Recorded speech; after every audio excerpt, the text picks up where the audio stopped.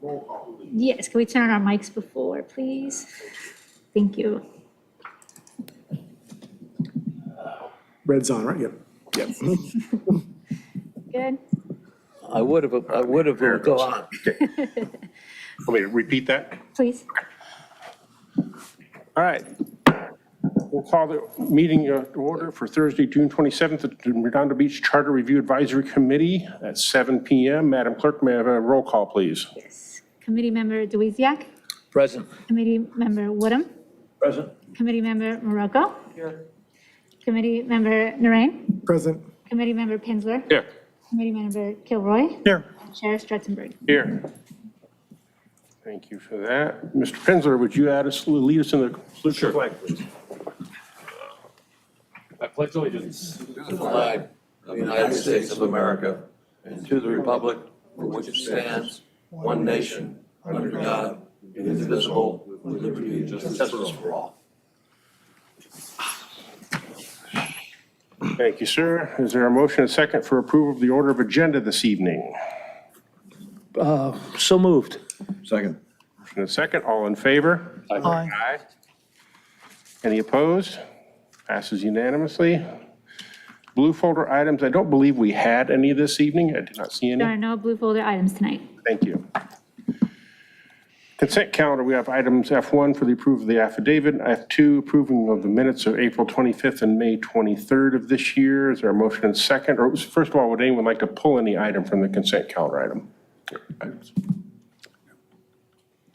Are there any public or e-comments? We do not have Zoom attendees and there are no e-comments. Okay, thank you very much. Is there a motion and second then to approve items F1 and F2? So moved. Second. If I could, since I wasn't at May 23, I could abstain from that. Or it seems okay to me, so I could vote for it.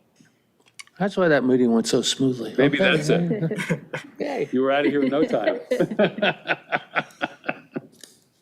All in favor? Aye. Aye. Actually, we weren't. Any opposed? Any opposed or abstentions? Thank you. Hearing none, we have those approved.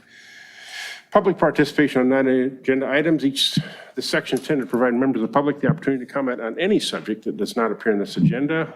Any members of the public like to speak this evening? Any online? No one on Zoom and there are no e-comments for this item. Then we will close the public participation section, hearing none. Moving on then to section I, section I.1, discussion and possible action regarding reviewing sections of the charter and anywhere that mentions any derivative of the word publish. I won't read the rest of that with the sections. Who would like to start this one off? Eleanor was supposed to get back to us with something. Obviously, I missed the last meeting and you discussed it a little bit, but I thought she was going to do some research into the publish issue. I did too. Is online. So, yeah, I'm online. I'm a training conference in San Diego. So what we submitted was one of the things that were submitted, one of the documents was the section that, let's see, here we go. Arcadia. The section 36933. Yeah, the Arcadia, that was all submitted a while ago, so I'm not sure exactly. I think Ron or committee member Ron Maruco was going to work with the city attorney to bring a proposed charter amendment regarding a summary of the ordinance. And I believe that's been attached. That is item 3 of the agenda item. Correct. An email from Mr. Morocco addressed to Mr. Pinsler and Mr. Webb. So we do have that. We have 2 other items that are dated new for this meeting.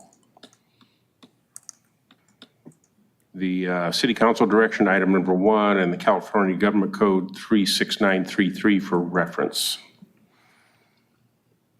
Right. So I don't know if committee member Maruco would like to speak on his suggestions. No.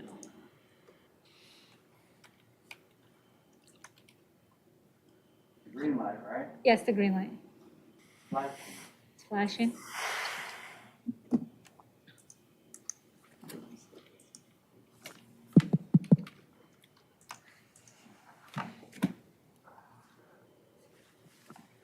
So if you recall from our last meeting, we had an extensive discussion with regards to municipal matters and state matters and certain things that we were able to bypass having directly into the charter with regards to, for example, we have to publish in a newspaper of general circulation, certain state matters, but we had the discretion on the more municipal matters. And what I didn't include in there, because I didn't have the permission from Mr. Pinsler, but if you recall, at the end of the meeting, I was supposed to draft something, share it with Mr. Pinsler and Mr. Webb to get their feedback.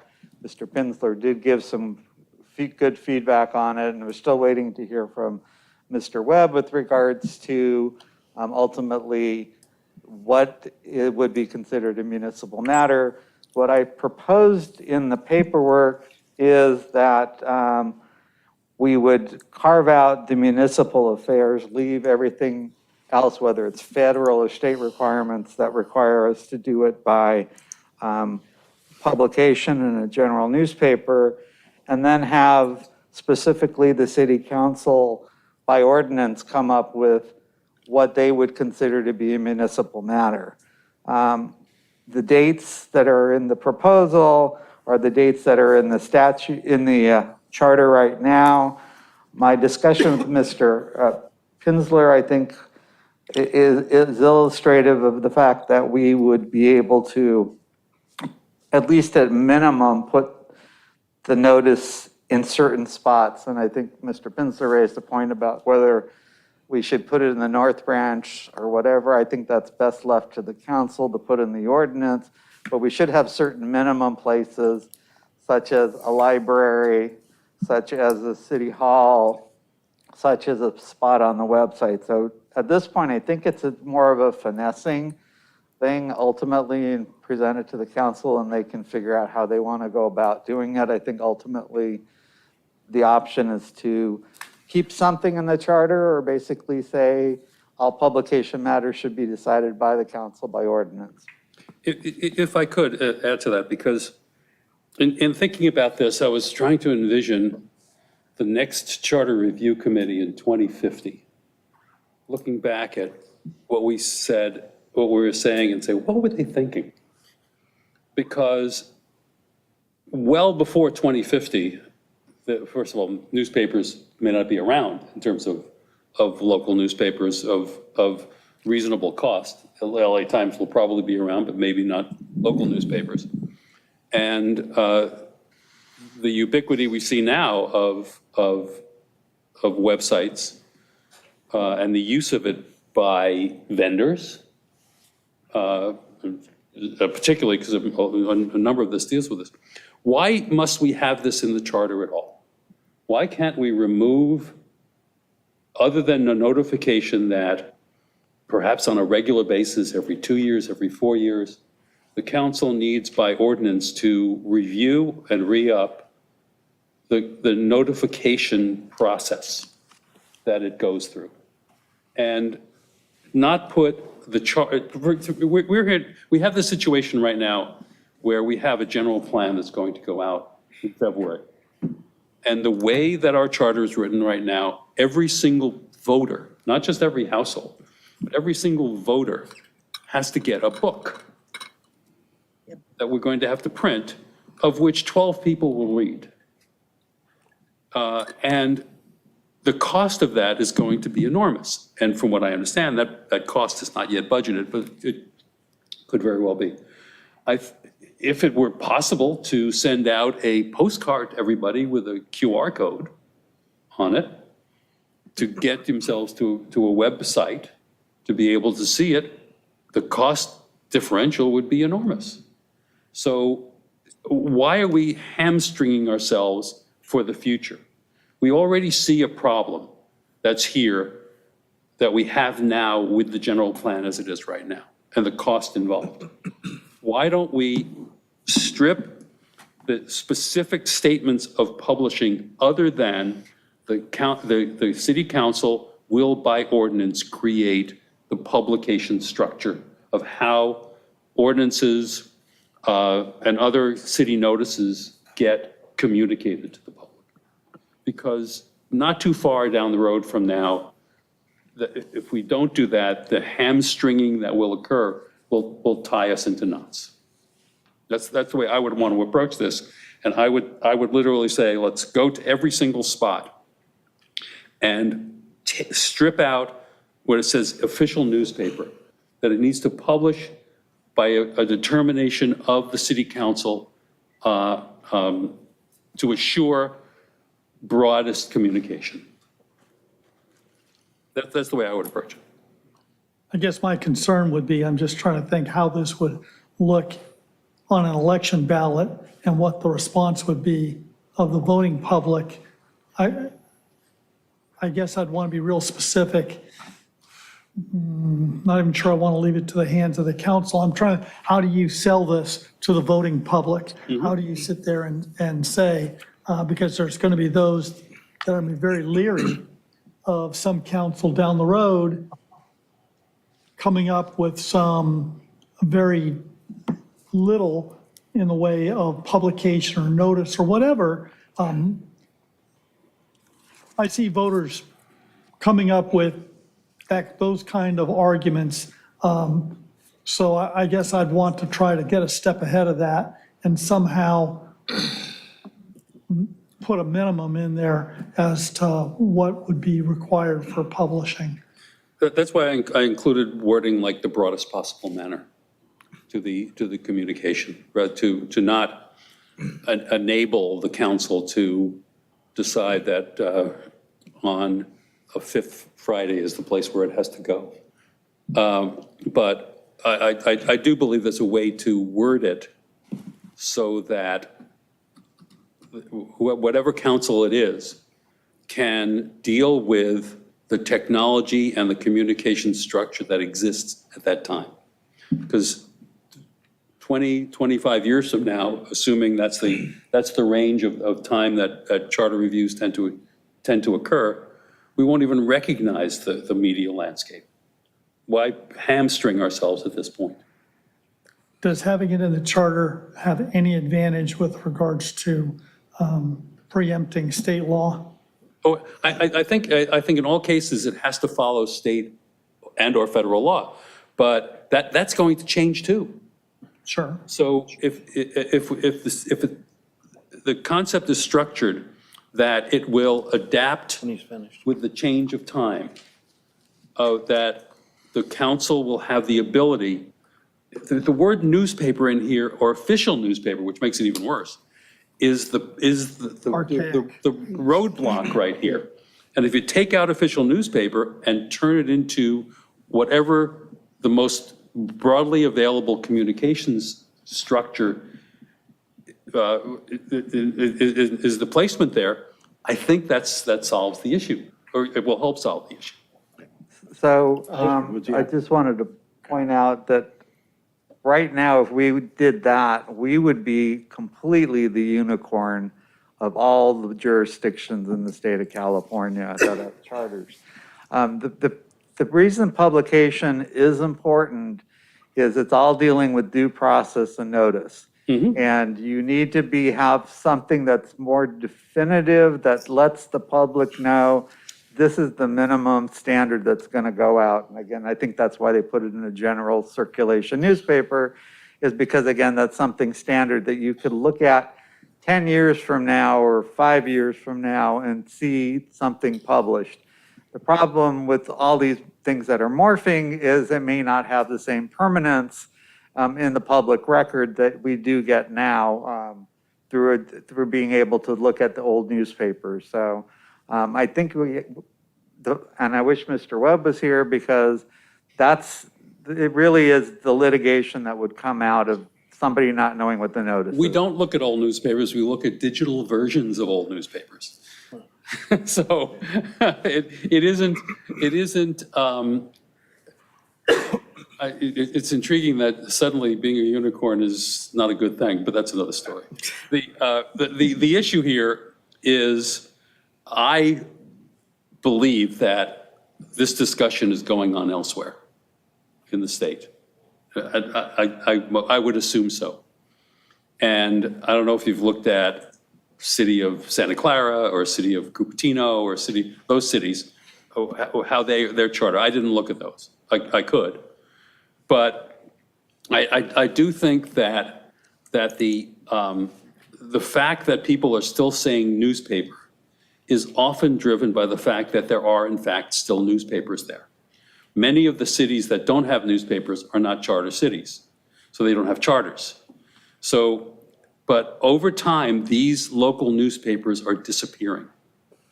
We can claim that the Easy Reader is a local newspaper because how many years ago it bought the Redondo Reflex? That's the reason it's the official newspaper and not the Beach Reporter. Well, but we still put that out to contract. Yeah, but being the official newspaper used to mean publishing in Redondo Beach, if I remember correctly. Yes. And Correct. the reason Correct. the Easy Reader got that was that the Redondo Reflex was bought up by the Easy Reader. Actually, they bought the masthead. Yeah, They didn't even buy there Yeah. was no physical asset Yeah. that was bought. They bought the copyright. We had prior discussion and with the city clerk that it still goes out to bid, but we seem to only get the bid back from the Easy Reader. So to call the Easy Reader the official paper, I don't know. Well, I don't know if we can do that, though. yeah. Mr. Woods, yeah. Mr. Pinslow's point is that, I hear something from the ether. Okay, is that we're preparing for the future and things are going to go away, and I couldn't agree more. But I don't understand why we can't, I mean, I like the idea of putting in, satisfying transparency by putting in the word, this will be published, and then you put in a QR code or link. And actually, that expands your ability to make transparency to everybody. Because not everybody wants transparency. Everybody doesn't read the classifieds, and they don't look at who's bidding. Not everybody's looking at the general plan. But it needs to be available to people who do want to see that. And how do you do that without printing the massive books? You could still put in the requirement of that the city of Redondo Beach will notify every citizen, and then you could put in via mail or, USPS or whatever, however they do it. And then you supply the link for the book, if you will. I mean, and then and that way people they could look at it when it becomes an issue.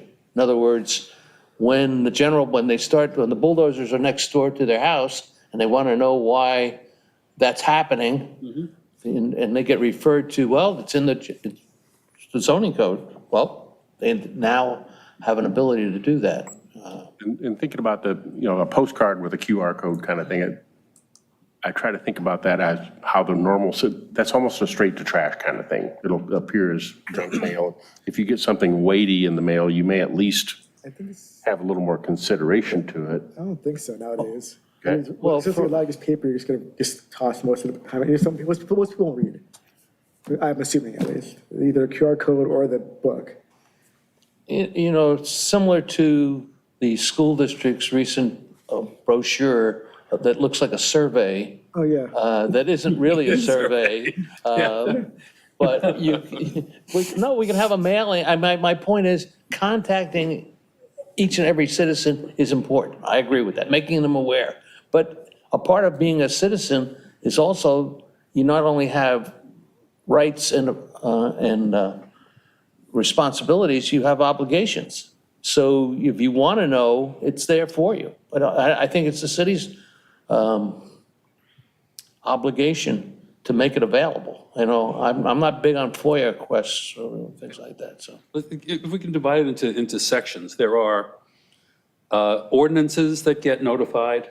There are issues like signing up to be commissioners that gets notified in the newspaper. Yeah, but- There's bids that gets put. They all have outlets, particularly bids. Yeah. They have outlets where the bidders aren't looking at the back of the Easy Reader. They go to the website where each industry posts for bids. That's where they go.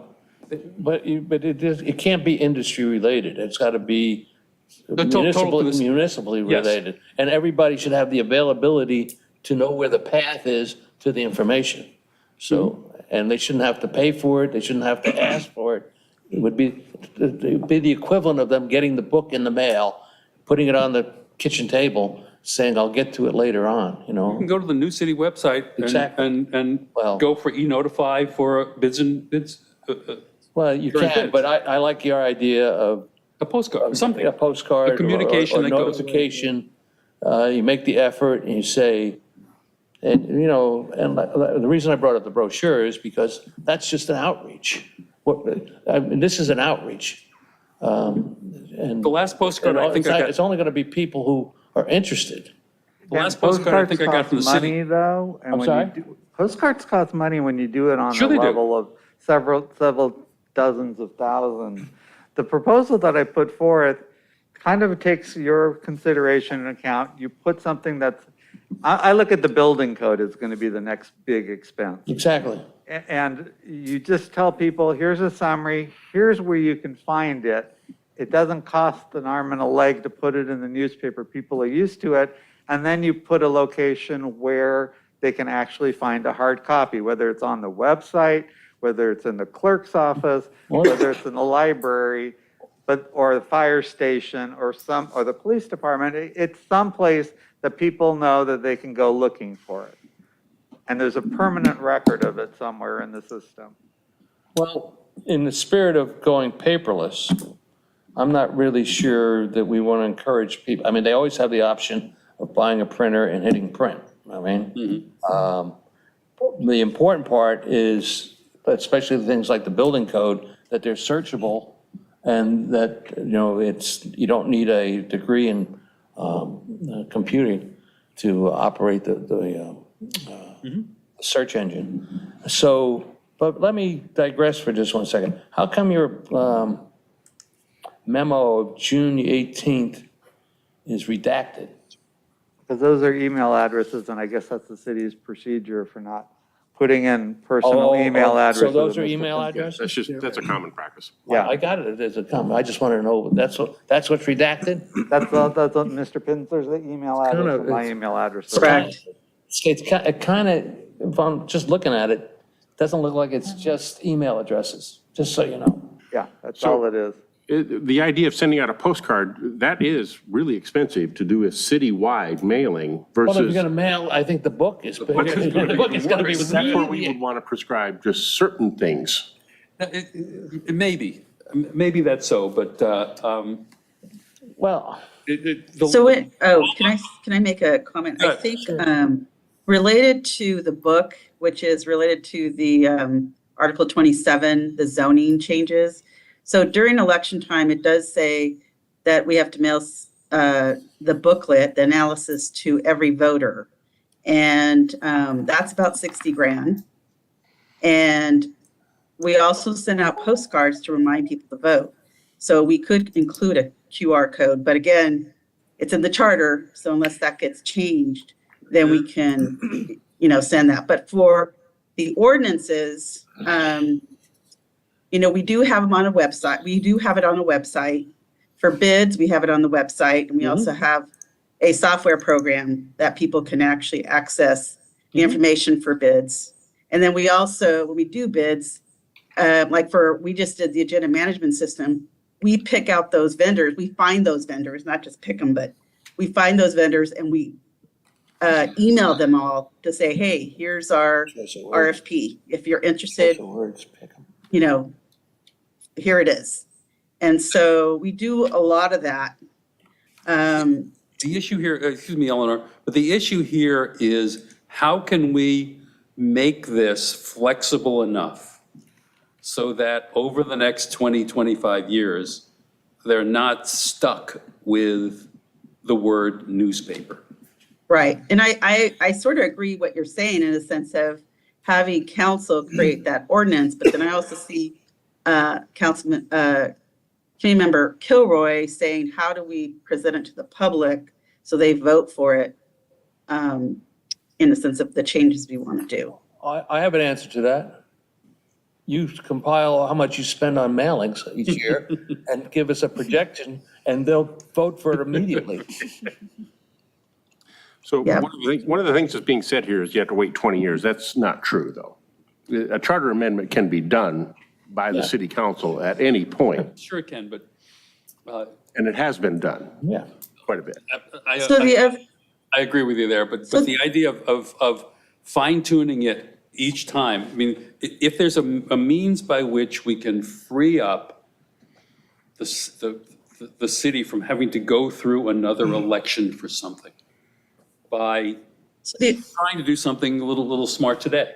It's more reasonable to give us the ability, give city council the ability to change the process without having to go and change the charter. Yeah.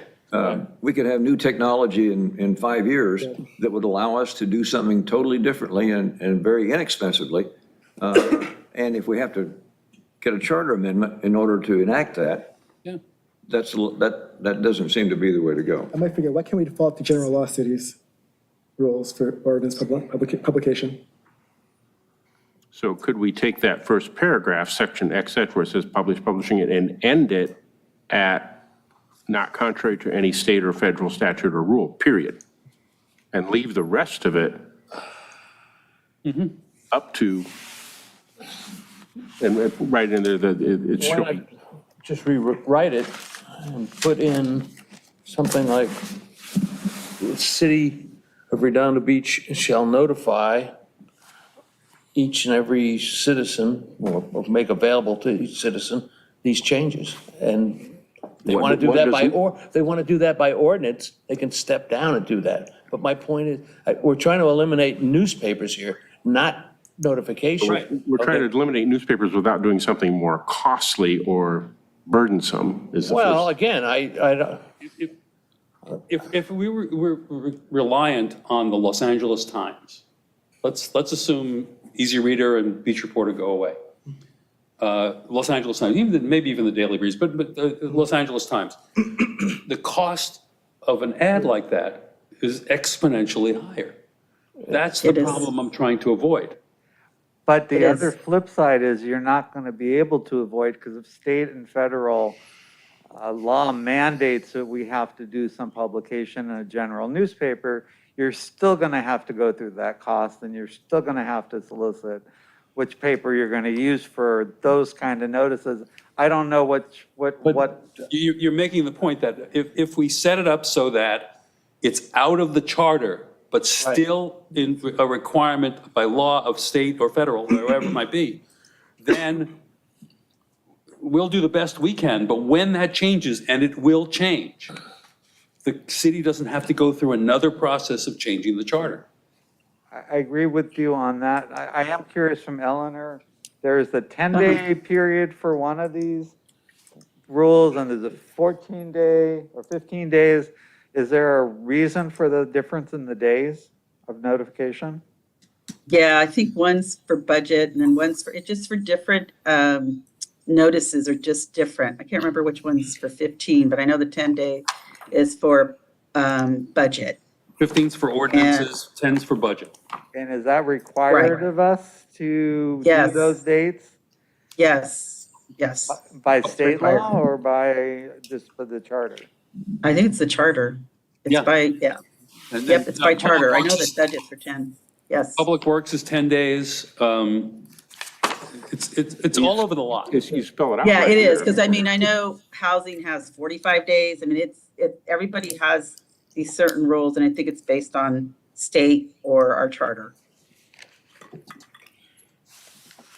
So the other thing that just sort of similar to what elections does, so if it's an ordinance related to elections, we have to state in the book, if we don't print out the ordinances, there's a statement that says that if you would like a copy of the ordinance, you can, look at our website, or you can ask for a printed copy from the city clerk. But So that's Yeah, That's that's covered by another. elections code, alternative right? that Election code says. Yeah, that's Right, elections code. that's, right. So I'm saying that's another alternative that could happen here if, for those 2% that don't have a computer, they can, call us up and get a copy and we can print it out and send it to them while we're doing that transition. So it's just another idea.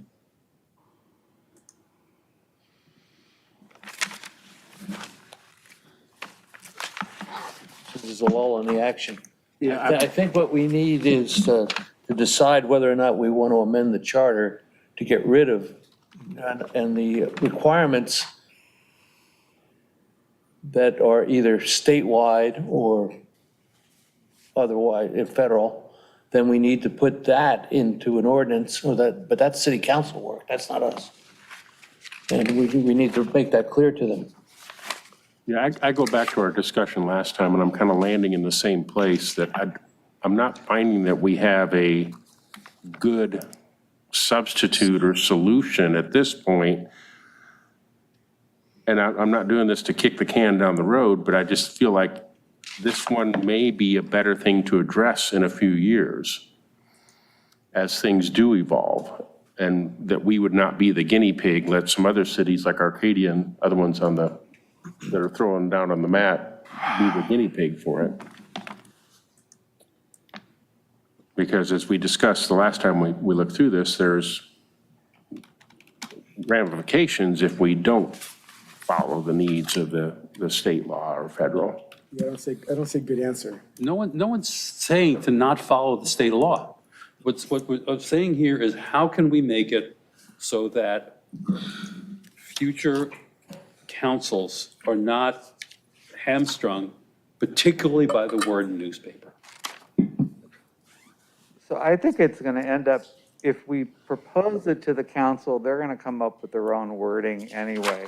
It's presenting the issue to them so that they can decide how they want to, if they want to present it to the public. We know there's a problem. We know we have an immediate cost that's going to be coming in when the building code needs to be sent out. So why not at least give the council an opportunity to weigh in on how they think it should be structured for their future as well? I agree with that.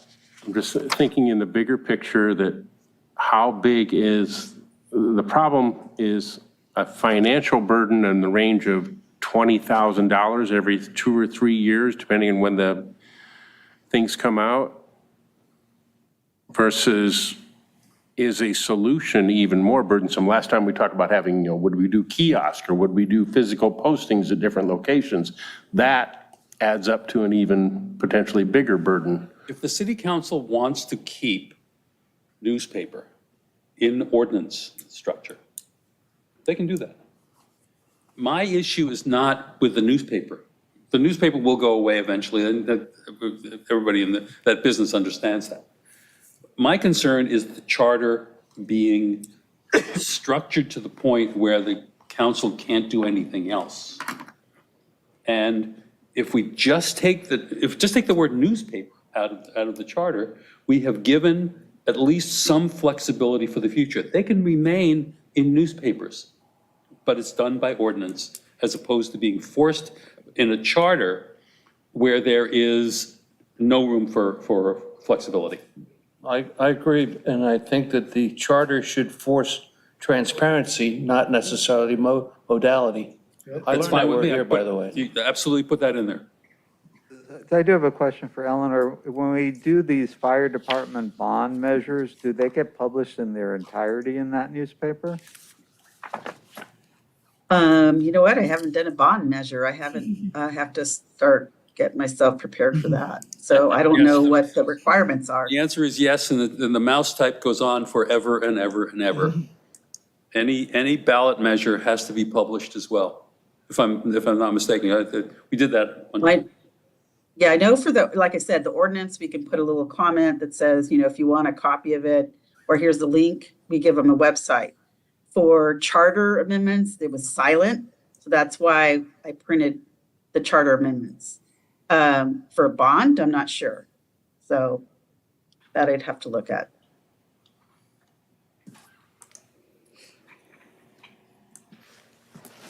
So I'm looking right now to see where newspaper occurs, because those, we would specifically need to address those sections. It's in 915. I haven't looked beyond that right now.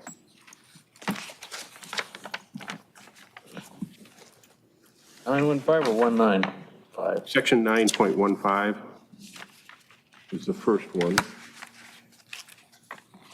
that specifically mentions newspaper.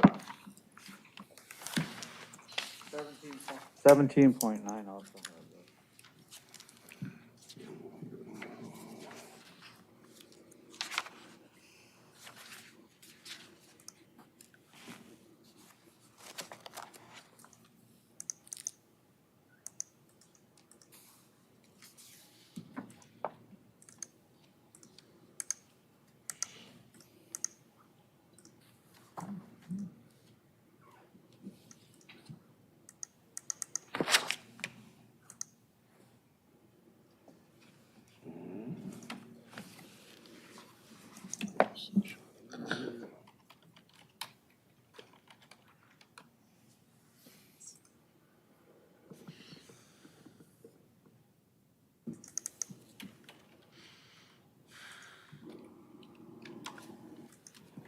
Yeah, official paper in 17.9.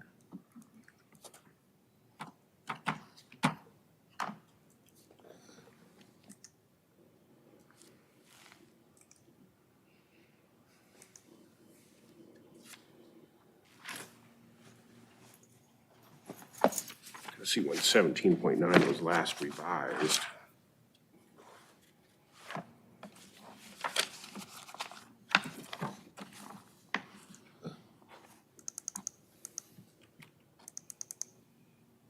Yeah, 17.9 looks like it may be native to 1949 charter. There's no revisions listed.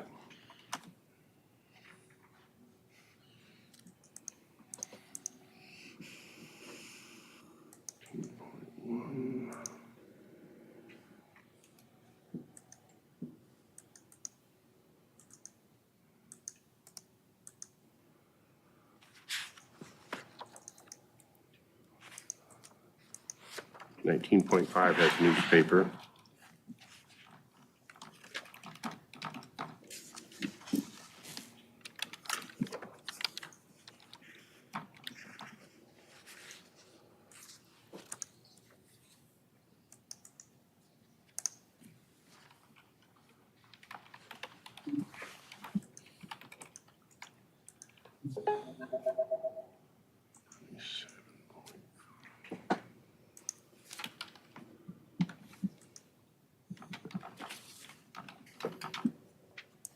And I think in your materials, you got California Government Code Section 36933.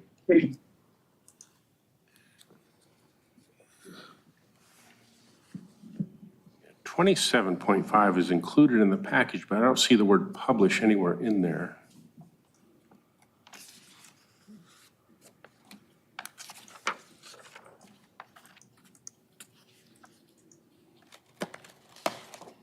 So it looks like to address newspaper or even worse, official paper, we would have to specifically amend 9.15, 19.5, and 17.9. Now, all three of those are relatively short sections.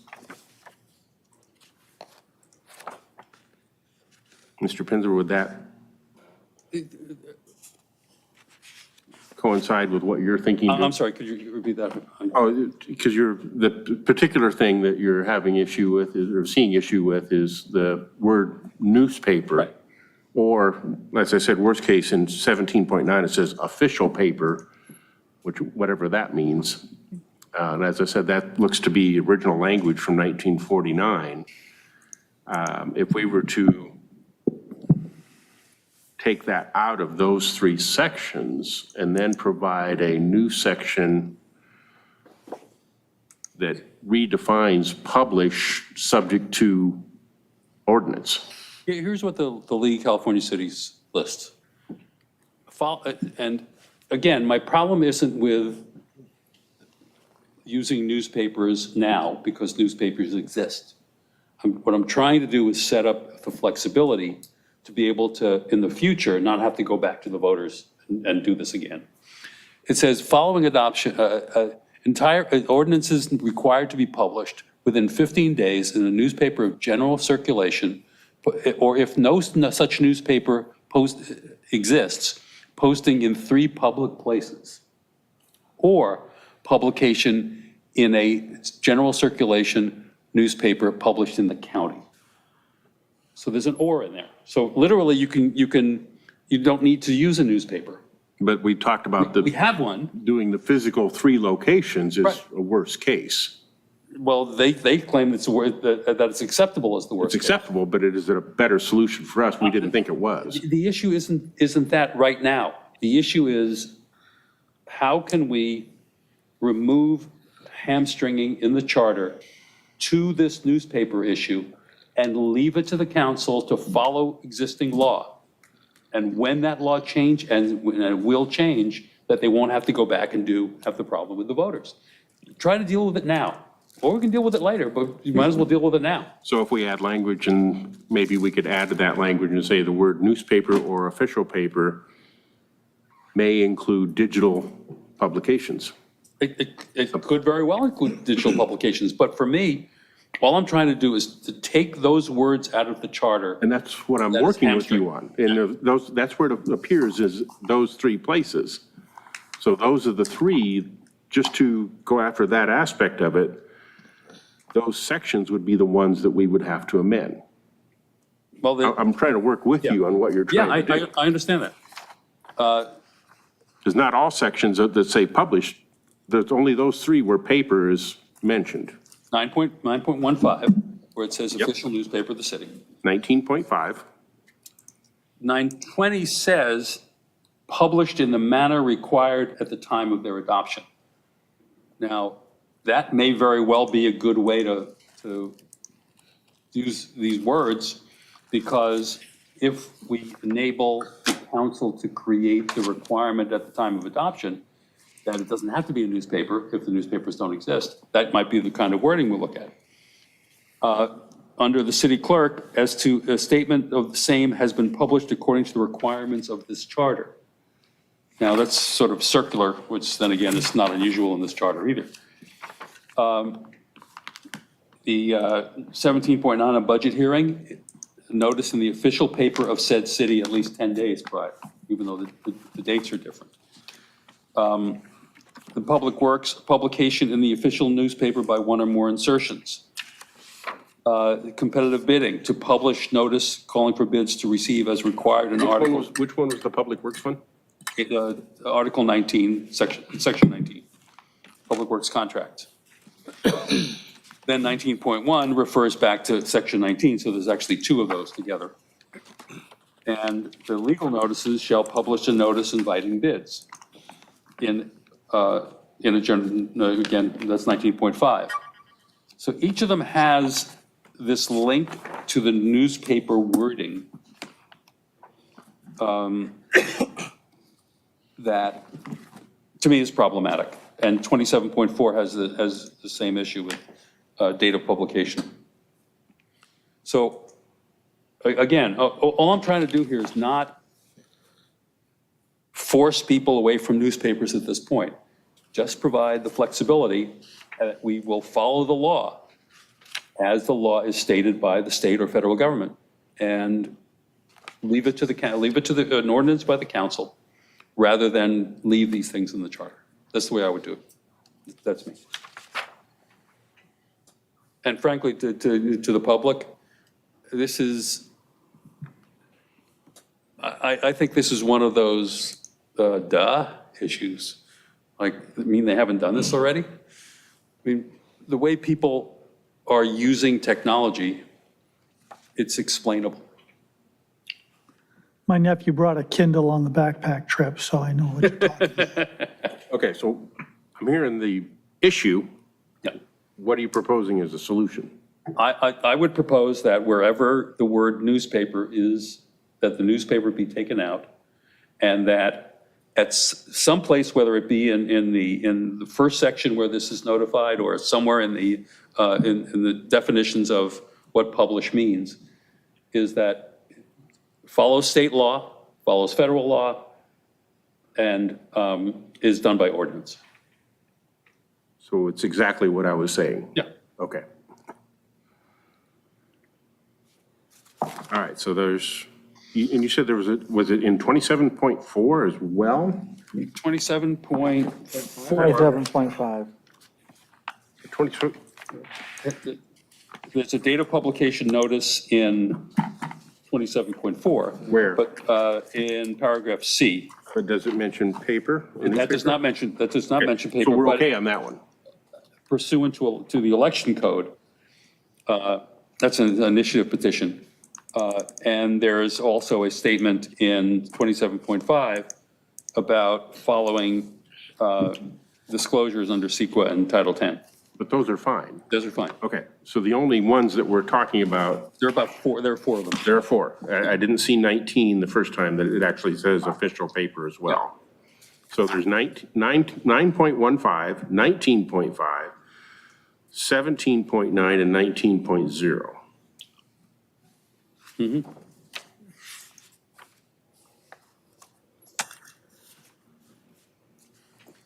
So we would have to strike newspaper or official paper and replace it with something. I think that should go in the definitions. Yep. I don't think, we just strike them. Now, my question is, are you still here, Eleanor? Yes, I'm still here. Do we have to publish each one of put each one of these things on the ballot? Each one of these Yes. sections? Yes. Yeah, it'll be in the booklet. But I mean, under Correct. one, but it'd be under one, I'll say proposition, or are they all different? One measure. Well, one measure. Would it be one measure, because it's all related to the same thing? We don't have to That's do what I this. would do, but it's really Okay. up to you, to the council. But that's how you would do it. That would be what I would in favor. Strike them all and put publish in as a substitute and put the definition publish in the definitions. I put the definition of publish, I would leave the definition of publish to Well, I mean, ordinance. you could, however you want to, you leave it to, Because that's what we need to stay flexible. Publish, the word publish shall mean right. such and such. Right, exactly. In the charter? Yeah, it'd be on needs the to be. definition, yes. Needs to be there. It has to be, I think it has to be there for the It's something transparency. that the council needs to handle by ordinance. Right. We have that other places in here too. We've dealt You with just that. said, you said it's in, it has to be in the charter and it has to be handled by ordinance?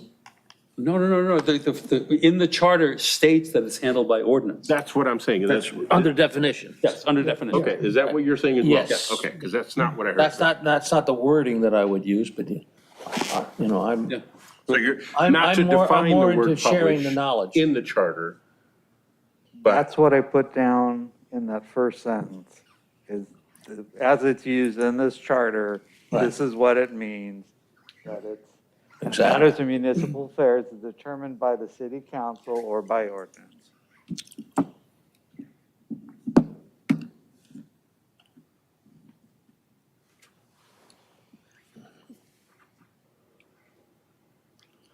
All I'm interested in doing is preserving the public's right to know. Yep, I think we all are. That's exactly right. What we're talking about is how, not That's if. right now. That's right.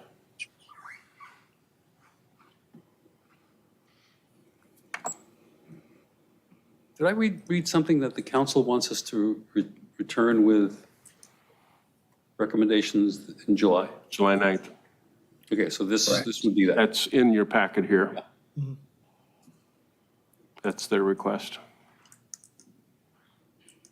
They want us to be done. 4-1. That would be a 7-0 vote.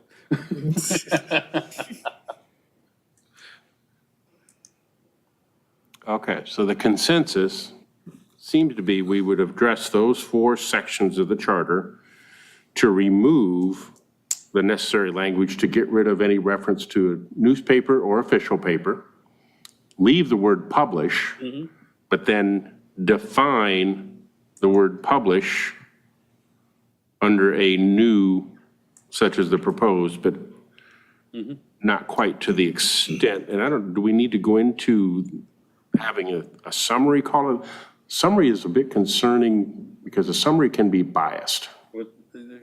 No, I don't think that needs to be in the charter. the public, it isn't a summary. The publication would be essentially what is done, the information is what is done now. You go to the Easy Reader, you see there's an ordinance, and it's printed out. That needs to be, whether that form or whatever it is, has to be in another format, but the same information. The idea is to not try to deceive. The idea is just to give it in a different format and enable the council to be able to change over time. Okay, so what would the new section actually say? We have a Definition starting now, or point here. section?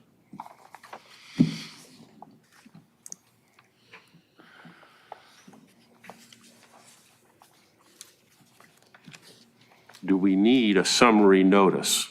I'm seeing that whole section could go away.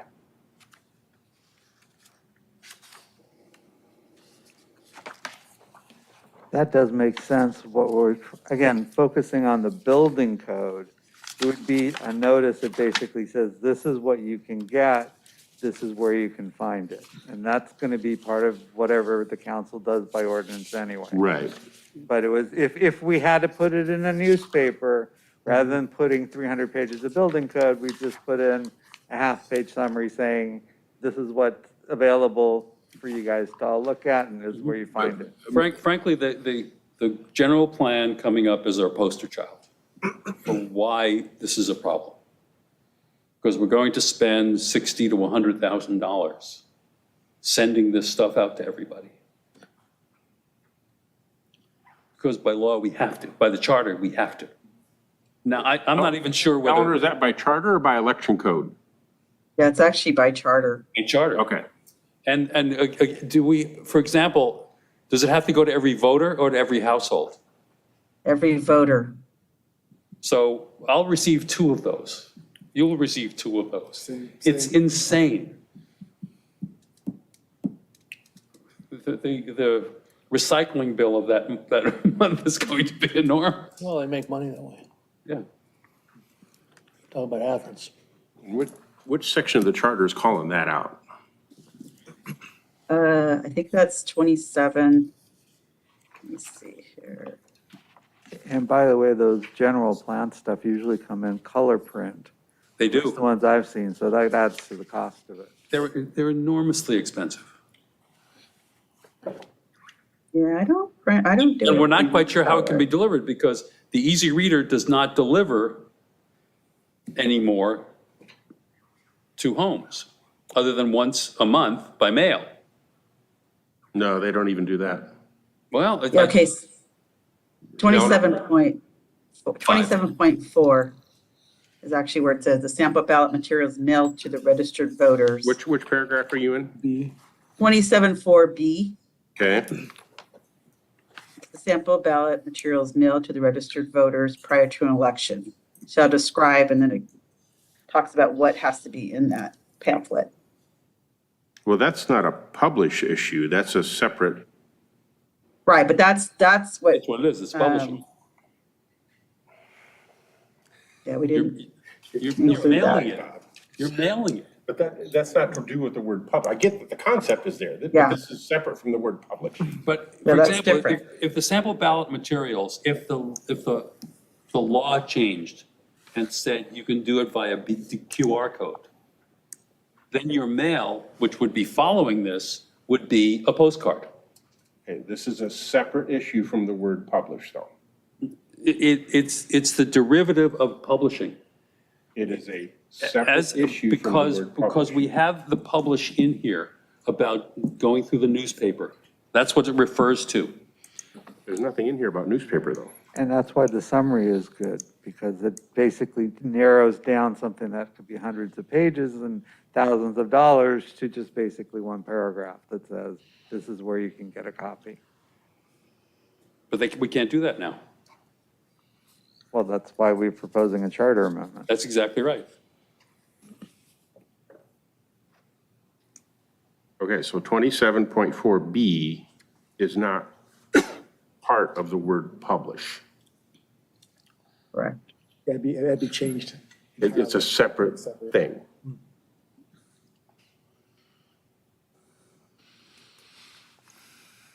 Well, shall include the text. I'm not really sure how you get the text, other than it being written down somewhere, either on a computer screen or on a. Where is the word publish here? Because what we're talking about is addressing the word It publish, says text. but that's not publish. Well, okay. I can't argue with your logic. I can argue with your intent. No, And your intent is to say the text, this says specifically that you need to provide the text. Now, I'm not sure how you do that if you don't publish it. In other words, either electronically or on paper. I don't get that. I mean, this is not a speech. I mean, not I me. get exactly what you're saying, but what the whole thing is about the word publish. Like, That's the agenda item, and that's what we're talking and we about. put, my suggestion is, under the definitions, you put publish, and then you can say as defined by ordinance, or whatever. It doesn't have to be specific, as long as the right to transparency or the public's right to know isn't infringed upon. In fact, enhanced. Because I don't think everybody will, I'll just say scurry on down and get their copy of the Easy Reader. They might do it online. Okay, so what's the solution to 27.4B? 27.4, the determination of publication within this, and it's troubling to not have Mike here to be able to deal with this, because the reference to publication elsewhere in the charter regarding ordinances, and I believe the charter review change is an ordinance, correct? Change, what do you mean? The fact that the general plan is going out to the public for a vote, is it an ordinance or a resolution? I don't know. I'd have to, You talk about the general plan itself. the general plan, yeah, it's been a while, so I think it's no, it's just a general plan. I don't even think it's I don't think it's either one. yeah, I don't think it's, To have the effect of law, it has to be one or the other. One or the other, yeah. It has to be. So And- I'm guessing it's an ordinance. That would be my guess too. And particularly if You can't enforce something that you don't have the power of law behind. exactly. Okay, And then so- you go back to 9.5, which says ordinances have to be in the official newspaper. The concern here is, let's say you don't do it, and you vote on it, and then someone comes along and says, oh, by the way, this is not really legally done properly, which is why it would be nice to have Mike here. Because if we don't do it legally, I don't remember. then the reason we're going to have a special election in February is that we've got to get this thing done by March. So it can't wait for the municipal election. They're going to have a special election for this. And You're going to bring this cynic out in me. I have a way of doing that. What's the solution? Are we proposing a solution, or are we just listing the No, I problems? think we've talked about the solution. I haven't heard it yet, though. The issue is exactly what you said. Take the word newspaper out. Okay? And have a definition that requires the council to, by ordinance, follow state and federal law and determine how the communication to the public can be so that it can be the broadest, most transparent communication. None of that has to be in the charter. In other words, the definition of publish is found in, ordinance. Whatever, Yeah, by ordinance, yeah, right, following yeah, state law, right. state and federal law. Well, yes. Okay, so you're proposing that we don't even need to put the definition of publish in the charter? We don't want to. Okay, because it's written here as a proposed new section to the charter, is that correct, Mr. Morocco? It'd be a definition that unifies all the As- sections, so we don't have As to a part amend of the every charter single. is how it was proposed, though. Yeah, and if Yes. you just keep it to the first sentence, I think it's consistent with what Mr. Pinsler and what Mr. Duiziak have been saying all along. At least I'm consistent. What? I'm consistent. That's why we made it in writing so you could vote on it one way or the other. So the only charter change then is to remove newspaper or official paper in those 4 sections. And add a definition. We just said we don't add the definition in a charter. Well, That's, I'm hearing both. Which one are we agreeing is it needs to be? Does the definition have to go in the charter, or is it only an ordinance? I believe that it should be in the charter because you're going to have the public looking for some sort of notice somewhere that when something comes down adverse on somebody, they're going to be looking for what were the procedural steps followed. So I think, actually, the more you guys talk, the more I think what I proposed is actually consistent with what you're looking for. I know you guys have issues with the summary, but I think if you just define what publish means and you deal with the problem that we know we're going to have either with the general plan or with the building code, that's, I think if you keep that as your focus, it actually kind of suggests the solutions to resolve it. Yeah, if you don't put it in the charter, if you don't put the definition or why you're taking it out, it's essentially what you're doing. You're explaining why it's no longer there. Right. And it needs to be there. Okay, that's fine. But I was hearing 2 different things. One is, so it's, the basics are there in the charter, but what's in the charter calls out that it needs to be fully defined in ordinance. And if I could speak about Mr. Webb, because he did respond with one text, and I'll have to quote him on it. He believes it's best to amend the charter to simply allow the council to set the rules in municipal matters by ordinance, more flexibility that way.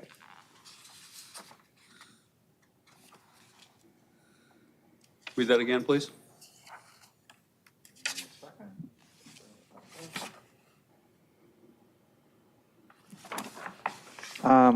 It may be best to amend the charter to simply allow the council to set the rules in municipal matters by ordinance, more flexibility that way. Agree with that. And I think having a statement in there that we will follow the appropriate state or laws would help to solidify that. If there is a skeptical public out there about any nefarious city council ordinance process. Do we need to go into the issue of summary, that whole second paragraph? I don't think so. I don't think so either. And then I think what we do is we truncate the first paragraph basically after federal statute or rule, period. And make it that basic. Yeah, it's very simple. I don't know that we need to determine where that section would go. It'll go with the definition of a resident that we'll discuss next.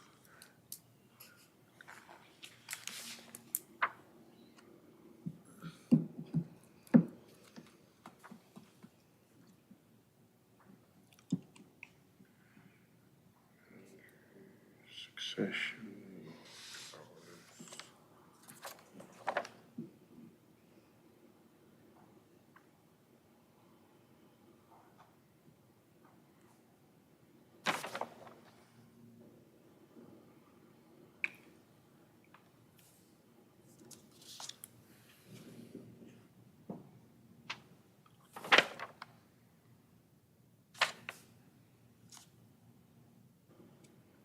I'm trying to find a place that it might go.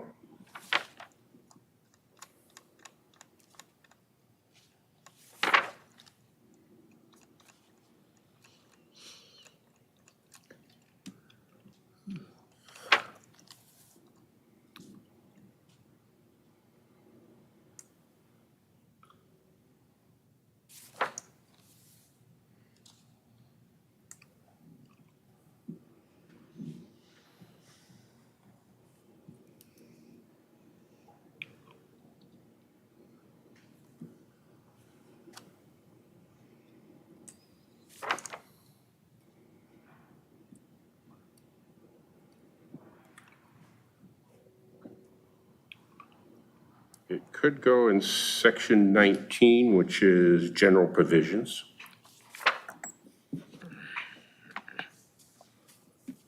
You talk about the definition now, right? Yeah. Okay.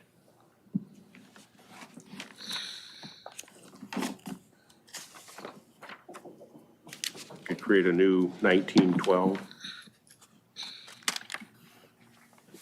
Okay. Excuse me, Eleanor? Yes? This may seem like an odd question, but you're at a clerk's conference. Has anybody ever talked about this? No, it's actually a training on Oh. DEI, so, okay. So, no. But I could ask, yes, for tomorrow's the last day, I could ask people. But we've already done, the city clerk, our office, we've already sent out a listserv to all the city clerks. And technically, a lot of them, the only thing that came back was, what I found was the Arcadia, where they took it to their voters, but they have to publish it, or technically post it in 3 locations. Mhm. Or put it on the website, or put it on the website. So that's where it's at right now. That's it. Because the League of California Cities keeps that, it has that as an option if there is no local newspaper that you can, and so if they can do it for that, then ultimately I think that's where it may end up. But- Good, yeah. But right now we have that section where we have to go out to bid for legal Mhm. ads. Mhm. Pesky things, those charters. Yeah. And a lot of all of the mini charters have no statement at all about publication. Basically, they're just following general law. Yep. Only doing what they know.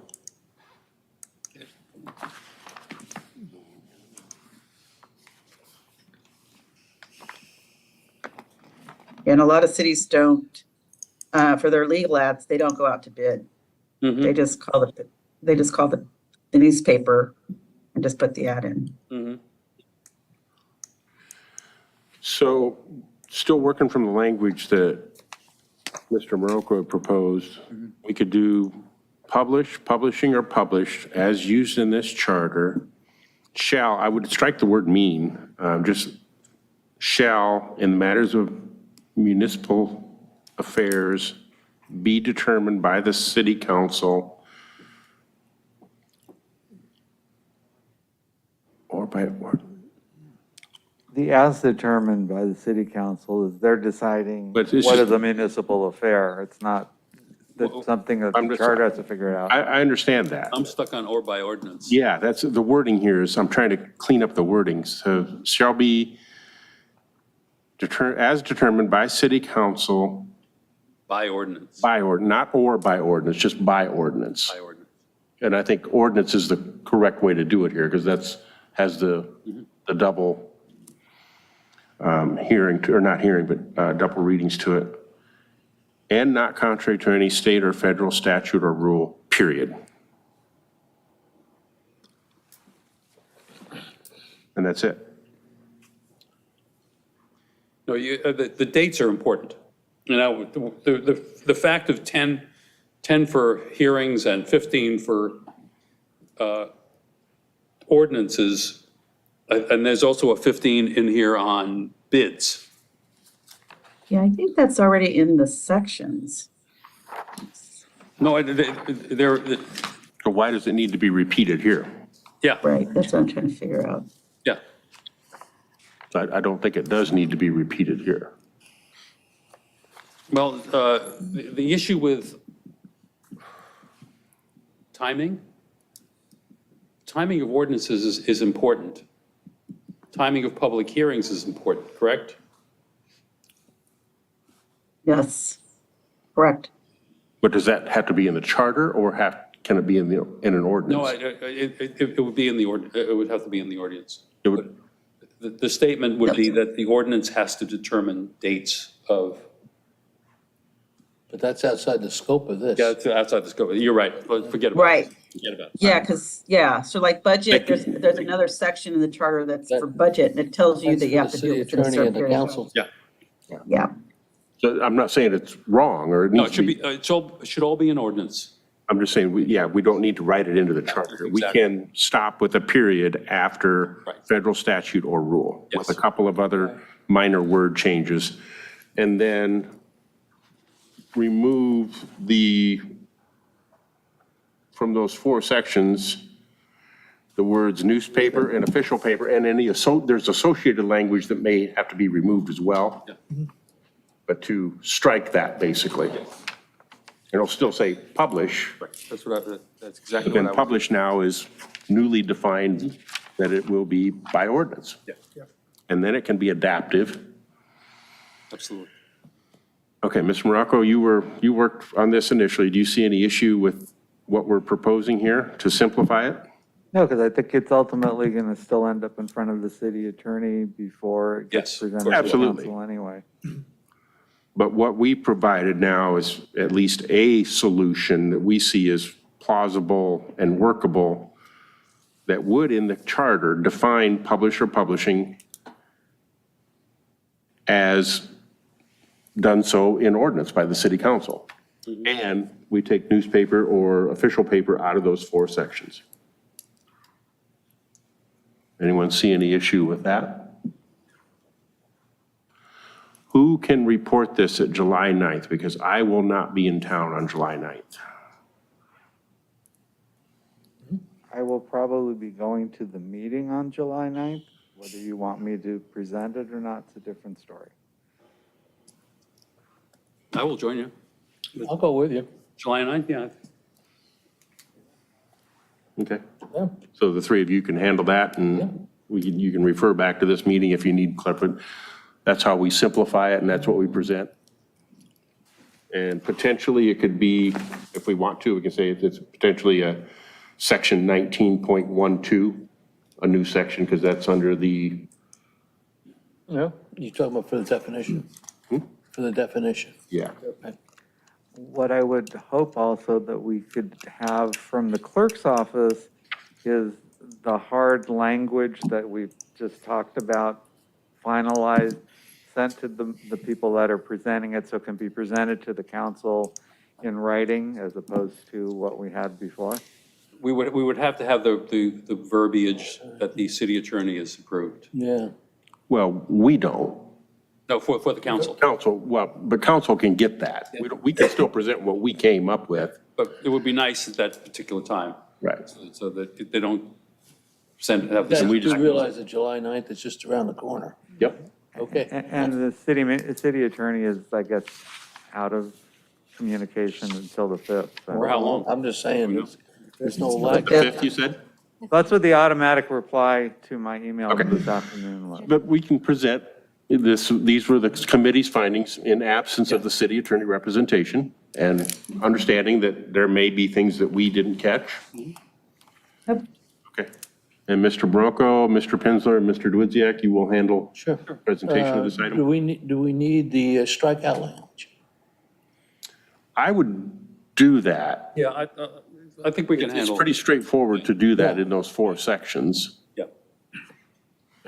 And we've always done that in the past where we provided the actual language.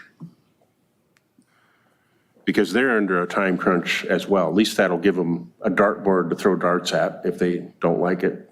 It's a starting point. Okay. Ron, do you want to deal with that or should I? I can send it to you as I did the Yeah, last that's one. great. Thank you. I think July 9th is going to be a very packed meeting for the council. I think there's a budget thing that's coming up that time too. So, There's no budget's done. Budget's done. Budget's over. okay, well, I thought there was something on the 9th. It was entertaining. No, no one.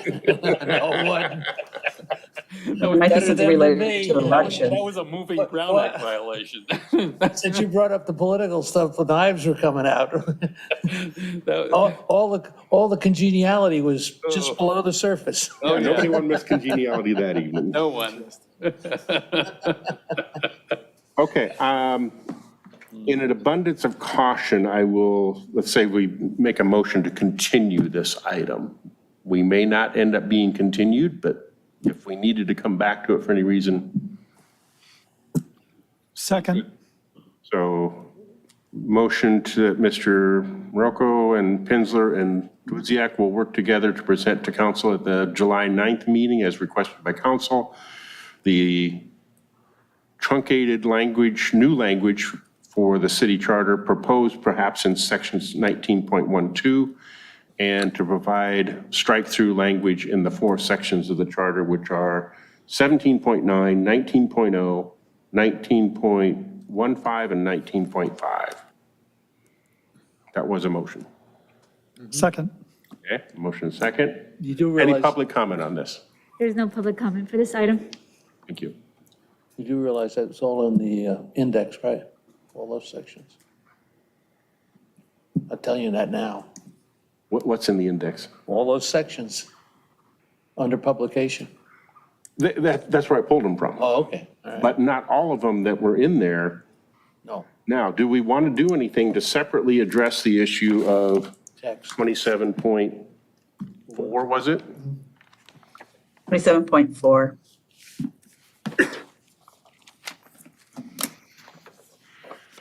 Is 27, or section 27 in general being proposed as going to ballot for other reasons as well?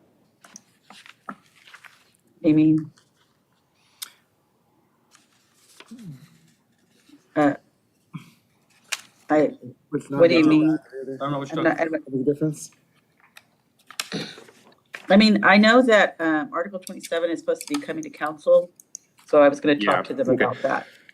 All right, we'll handle that separately because it's really not under the agenda item here, so. Yeah, exactly. Okay, we have a motion Right. second. All in favor? And to continue this item to the next regular meeting? Aye. Aye. Any opposed? All right, thank you for working through that. Now, get back to section, item I.2, discussion and possible action regarding clarifying residency requirements.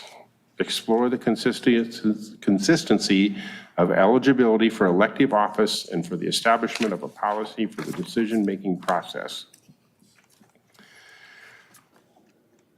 I don't even know where to begin with this one.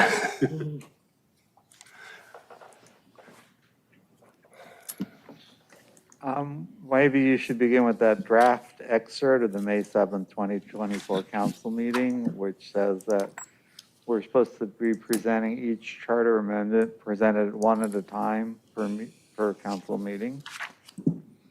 Well, that's for them to come back. They wanted everything from us at the July 9th. And then they will then determine which ones they will address at each council meeting going forward. But they want the summaries from us at the July 9th, was my understanding. Of the- of- I of went the back two- and watched the council meeting Of the this two afternoon. remaining items. Yes. Yeah, that's what these two things are. And this particular one is about the length of time, a residency requirement, and what happens if you disappear. Well, the length of time is basically settled. That we are not, we see no recommendation to change from 30 days. It's just subject to too many issues. And I know, Mr. Dudziak, you would like to see that different, but Yes, I would. I think, given the, I think it's worth the battle.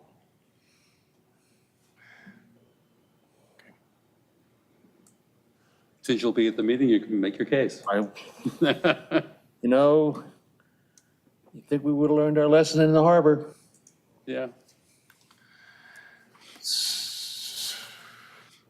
So again, the three aspects were the consistency between the different offices, clarification of residency. That one has been the most difficult one. I think the consistency can be addressed relatively straightforward.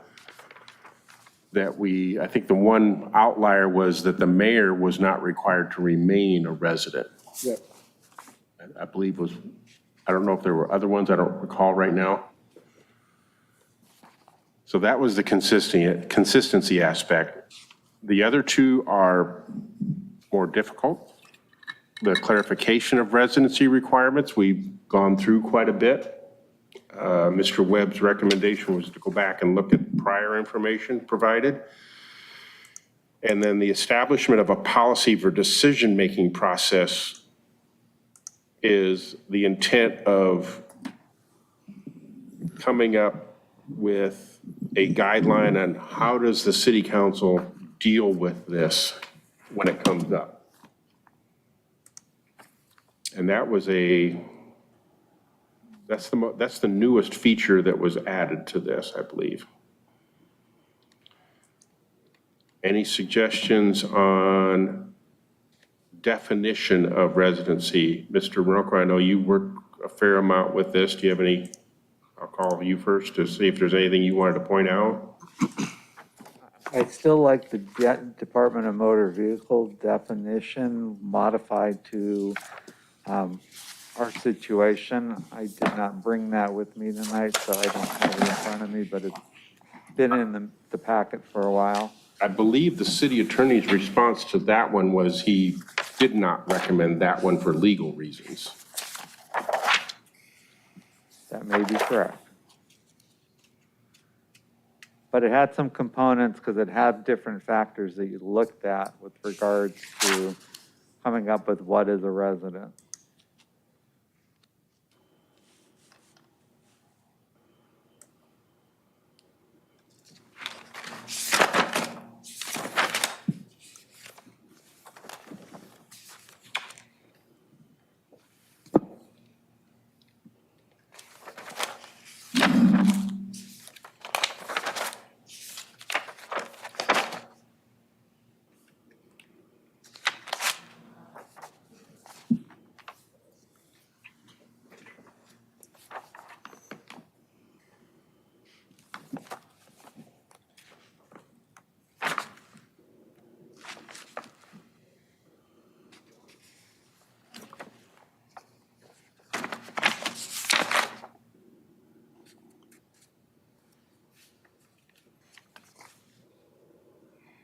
It is intriguing that after all these years, no one has mentioned, by the way, if you don't live in the city, you can still be mayor. Very odd. You can remain mayor. Yeah, you can still be mayor, remain as mayor. You can still be, yeah. That's To get really- elected, you have to be. It's very, very odd.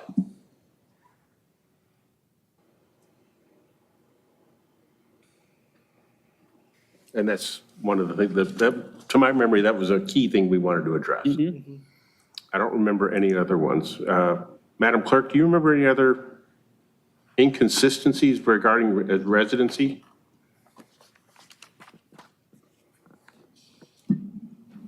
No, I'm trying to think of, no, I know, you're talking about regarding the 30-day, or are you talking about something different?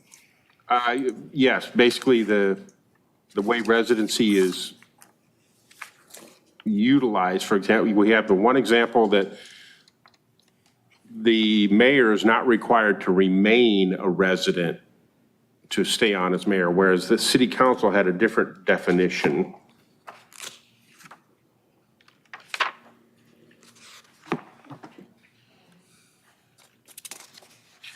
Here.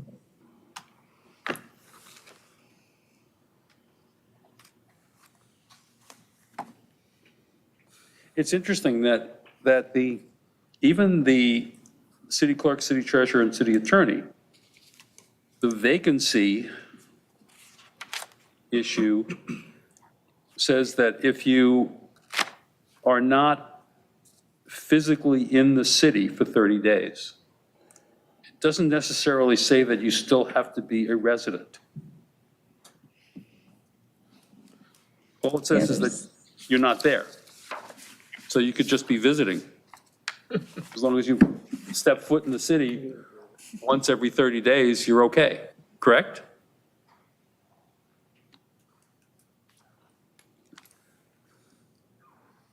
Be the city attorney to interpret. I mean, I know there's eligibility for, I does, because I can't interpret what, you know. I understand it. But, you know, I'm just stating, even though it says the mayor doesn't have to be, it actually doesn't specifically say that the clerk, treasurer, and attorney have to be. Yeah, I think I think you're right. We have a similar situation. It's under 10.3 in the eligibility. But that's only at the filing. That's only at the filing. That's right. And there is no. Right. Yeah, that's what I read on the council also. So tell us how long the training is in San Diego? Over tomorrow. Do they ever ask you, what's unusual about your city? How long does that take? Yeah. Chris. So from the residency issue, we obviously have two issues that need to be dealt with. It is bizarre that after all these years, no one seems to have noticed. Or ignored? They've been ignored, yeah. Yeah.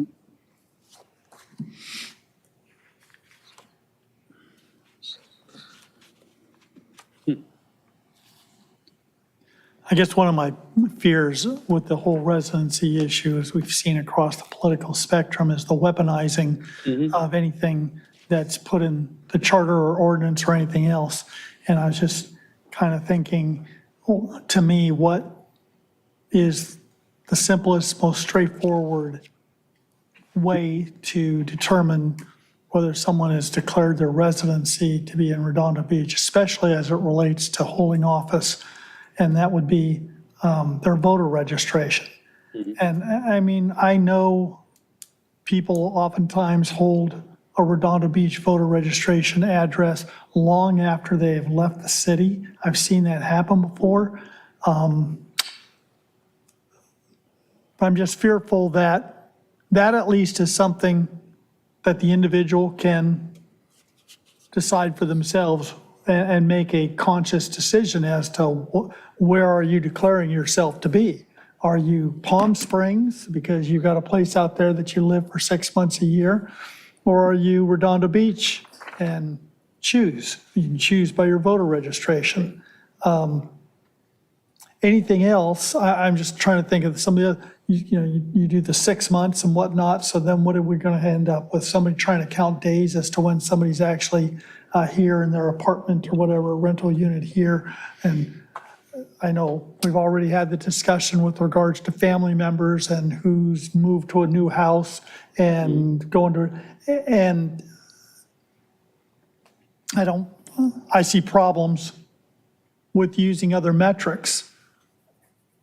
To me, the cleanest, easiest, most straightforward thing is a person's voter registration. Yeah, because if you aren't actually a resident and you vote there, that's a felon. Okay. So that's determined, though, by the registrar and not by either our city attorney or the council. I think the issue goes more to the demands of the job. In other words, from the perspective of the average citizen, you're absolutely correct. Have your voter registration in Redondo and have, but if you're an elected official, you're held to a different standard, I think.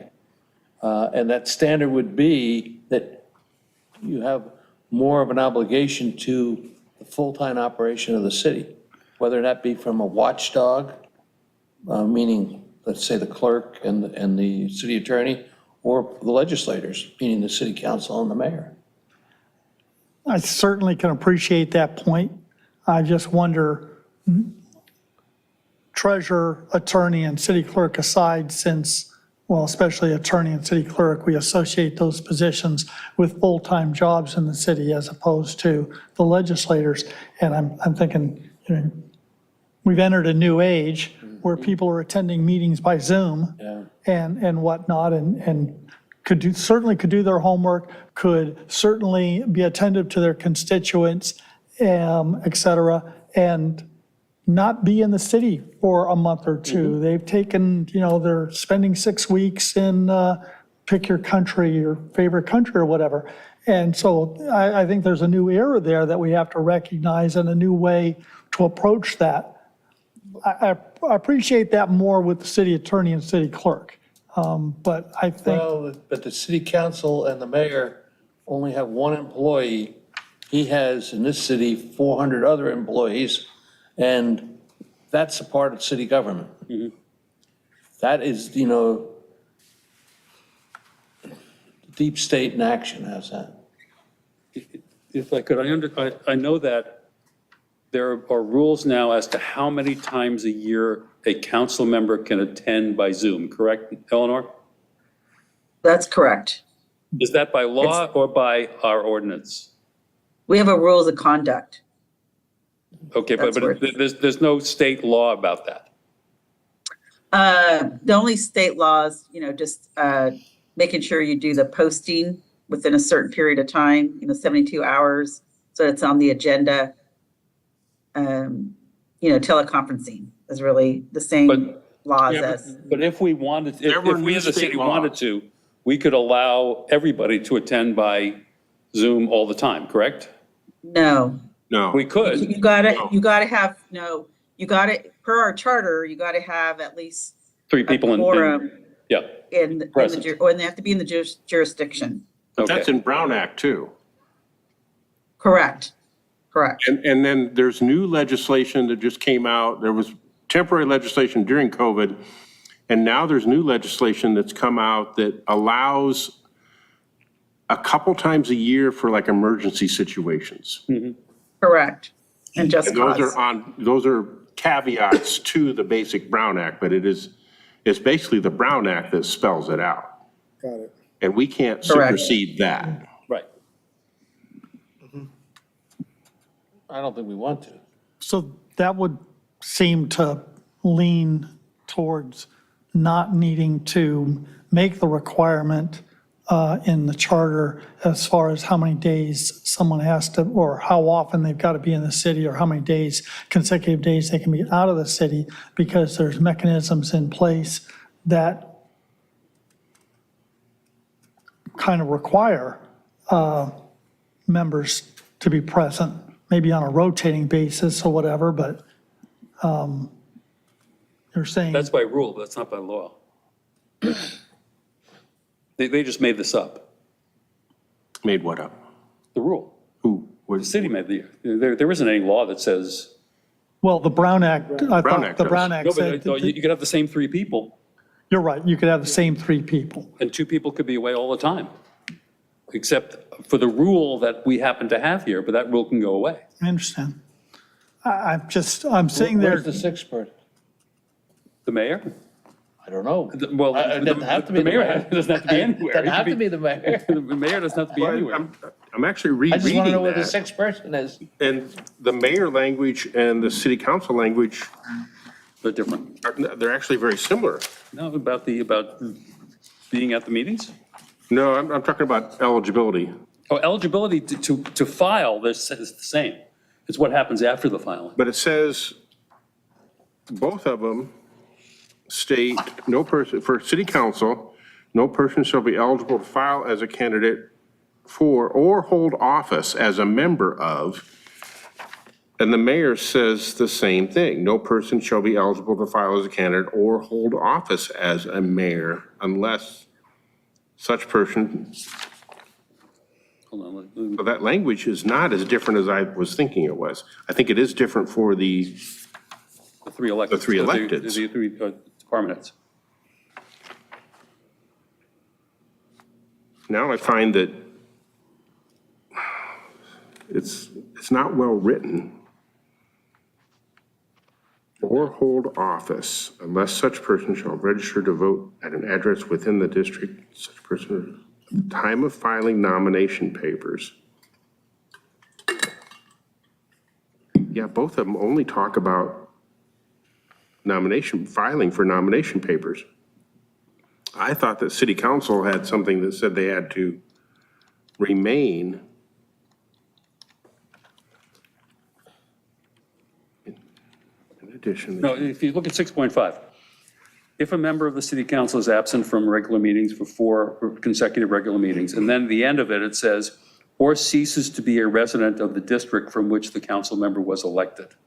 That doesn't say that anywhere else. That's the key. You're right. And I was missing that one. So that's where that part of it that's in 6.5 is what we need in the other ones. In the other ones.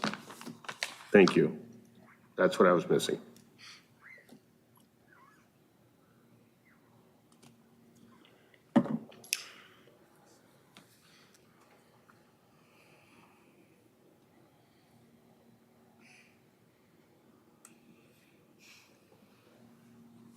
So that last part of 6.5 is what we need to add to the mayor and the other electeds. And we were charged with trying to come up with a clarification of residency. And I don't think we've come to that yet. Well, Mr. Kilroy actually makes the strongest point about the voting, and that's where the discussion has always been. But being a resident is not only, because you do have involuntary registration. If the post office decides, for example, they don't want you to have to be a resident, but there's an intent component to it. And I think it was Mr. Pinsler who made the point about felonies.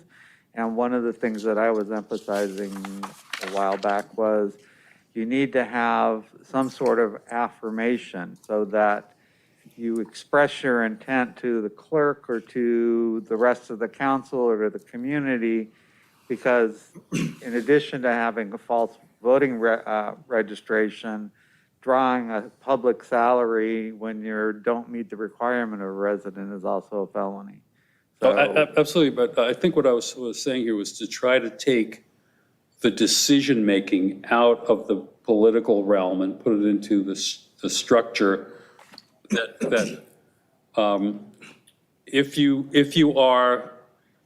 have re-registered, if you vote in Redondo Beach and not be a resident, that is a felony. And that would be the responsibility of a referral, perhaps it could be by the council, it could be by the public, that there might be some issue. But the decision on that is made by, at least initially, by the registrar, that this person has voted. And the registrar is the one who's supposed to bring those cases, at least to the district attorney, that someone has voted illegally. I think if you want to pull the politics out of everything, you have to create a process within the charter. So when everybody's on the same communication level and not in the heat of this faction or that faction, you set out a protocol about how things are decided. For example, I think the determination of who is a resident ultimately falls as the finders of fact to the city council. They're the ones who should be doing that. What they had a problem with the last time they did it is they collapsed two things that were separate into one specific matter. So I think and I think that's the third part that you were talking about, Mr. Stretzenberg, about It is. creating Yeah. the process so that we can at least have a set of ground rules that everybody can follow when they're not in the heat of the battle. Doesn't the plain simple fact that you let the city council decide, doesn't that weaponize it? Well, they're actually I deciding. mean, that's exactly, that's what you want to avoid. And that was the problem last time too, it became very political. Again, But Because they there have, was no they have the process. right to determine if the position is vacant. That's in the charter right now anyway. Somebody has to make that determination. But they also have the obligation of doing the findings to make sure that the person isn't a resident either. And I think, again, that's resting with the council as it is. Yeah, I think the intent of this one was to add a more clear structure other than, hey, it's up to city council, which is vague and subject to Bad business. everything. That's a minefield. It's a minefield, yeah. I mean, some things are straightforward. If a person's not around for 4 straight meetings, that's pretty straightforward. But this issue But of. unless it's excused by the council, and that can Sure, become a political issue as well. Of course it could, but if that happens, then then it can be straightforward. Why a council would refer that this is a vacancy. The issue of where one lives, where one votes, because it's, what it says is you have to be an elector. Correct? I think that's what it says. Correct. And being an elector means that you are registered to vote. Not in the charter, it doesn't. I thought it said elector. They use That's it the in whole one office. spot in there. That's part of the The whole problem. office. It's It's a registered voter. Right. Yeah. Now, if that person is illegally registered, there is a process by which you can go through. It may take time, but taking it out of the political realm, which I think was what Matt wants to do, is, all right, we as a council see that there's a problem. There's a process by which one goes through, and you can start that process. And I think the person in Ojai that I think Mr. Deweziak has become very familiar with her plight, it highlights the way our charter is worded. As somebody in District 5 moves to District 3, they're really not a resident of District 5, which Right. is where they're supposed to be. It says that in the charter. Yeah, so there's two components to the residency. A, be a resident of the city, and then be a resident of the district that you're running for. Right. And as we discussed earlier, the bigger picture, we want to take that same ceases to be a resident, take out the word district, but ceases to be a resident of the city. No, the district is sufficient No, because. but I'm talking about adding it to the other electeds of the mayor. The mayor. Same intent and content, but just take out the district part. Make it resident of the city. Right. But have we come to any better definition of residency? We've had a lot of suggestions. We could always fall back on a miracle on 34th Street, where you get your mail. Yeah, where you get your mail.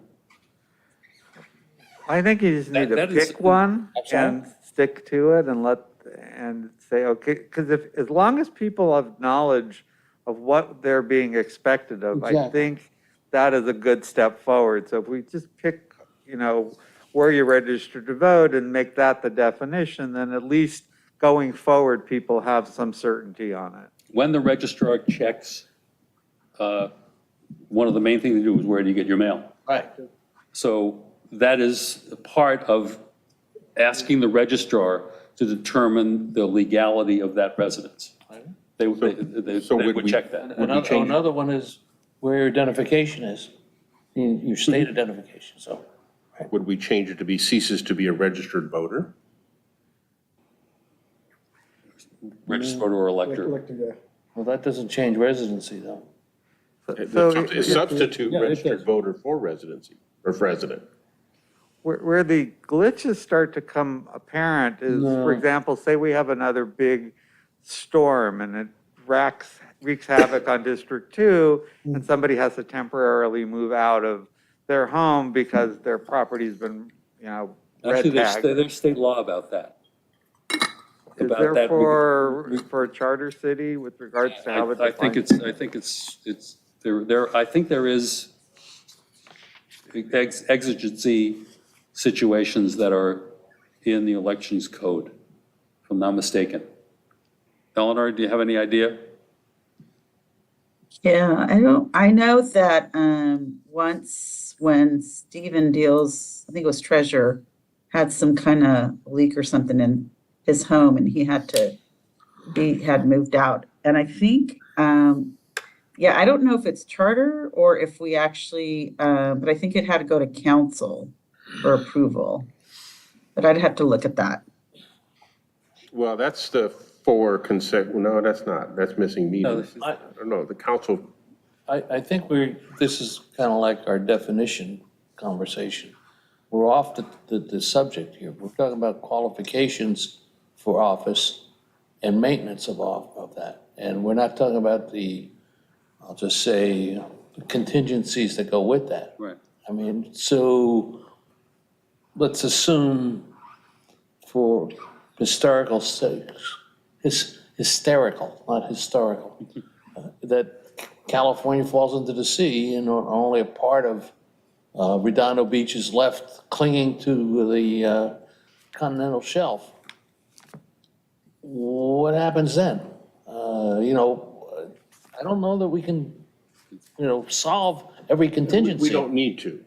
Well, we're trying to do that here. I mean, we're in the yeah, but situation here. We were, but that's what we were charged with, was clarifying residency requirements. Fine. What does it mean to be a resident? Could we say, or ceases to be a resident and Yes, but that begs the question, what does ceases to be a resident mean? there's no end-all solution. It's just to make it Yes, better. there is. It's the qualifications for office. Let's use Steve Fields as an example. Let's say, Actually, you know what, if you look at 10.2 in the charter that talks about elective offices, vacancies, leave of absence, temporary appointments. So the six months is in there. So it talks about if they need to do a leave of absence or that's only for the clerk, city treasurer. council shall make. That's the clerk, treasurer. and- No, I think that, yeah, right. So that section does have one for, correct. But it refers to Article 10, Section 10, which is for the 3 elected department heads, not for the city council. Correct, but there is, yeah. It could be related, but take Steve as an example. Let's say something happened to his house and he wanted to be near where he was. He goes across the street. He's actually in Manhattan Beach. But he's doing it temporarily because there's no other place to go, I or don't like the tax rates there. whatever. But, the contingency situation, I think, is probably somewhere, I'm sure somewhere in the election code, there is something about contingencies like this. But what we're talking about is felonious conduct, that you move out with the intent of hoodwinking your constituents that you are a resident. That's Well, different than, technically, if you move, you aren't a resident any longer. but if I you are mean, temporarily. I'm with Matt on this one. We don't need to weaponize things. No, I We agree. need to set up the guardrails Yeah. and whatever the rules are, and that's what they are.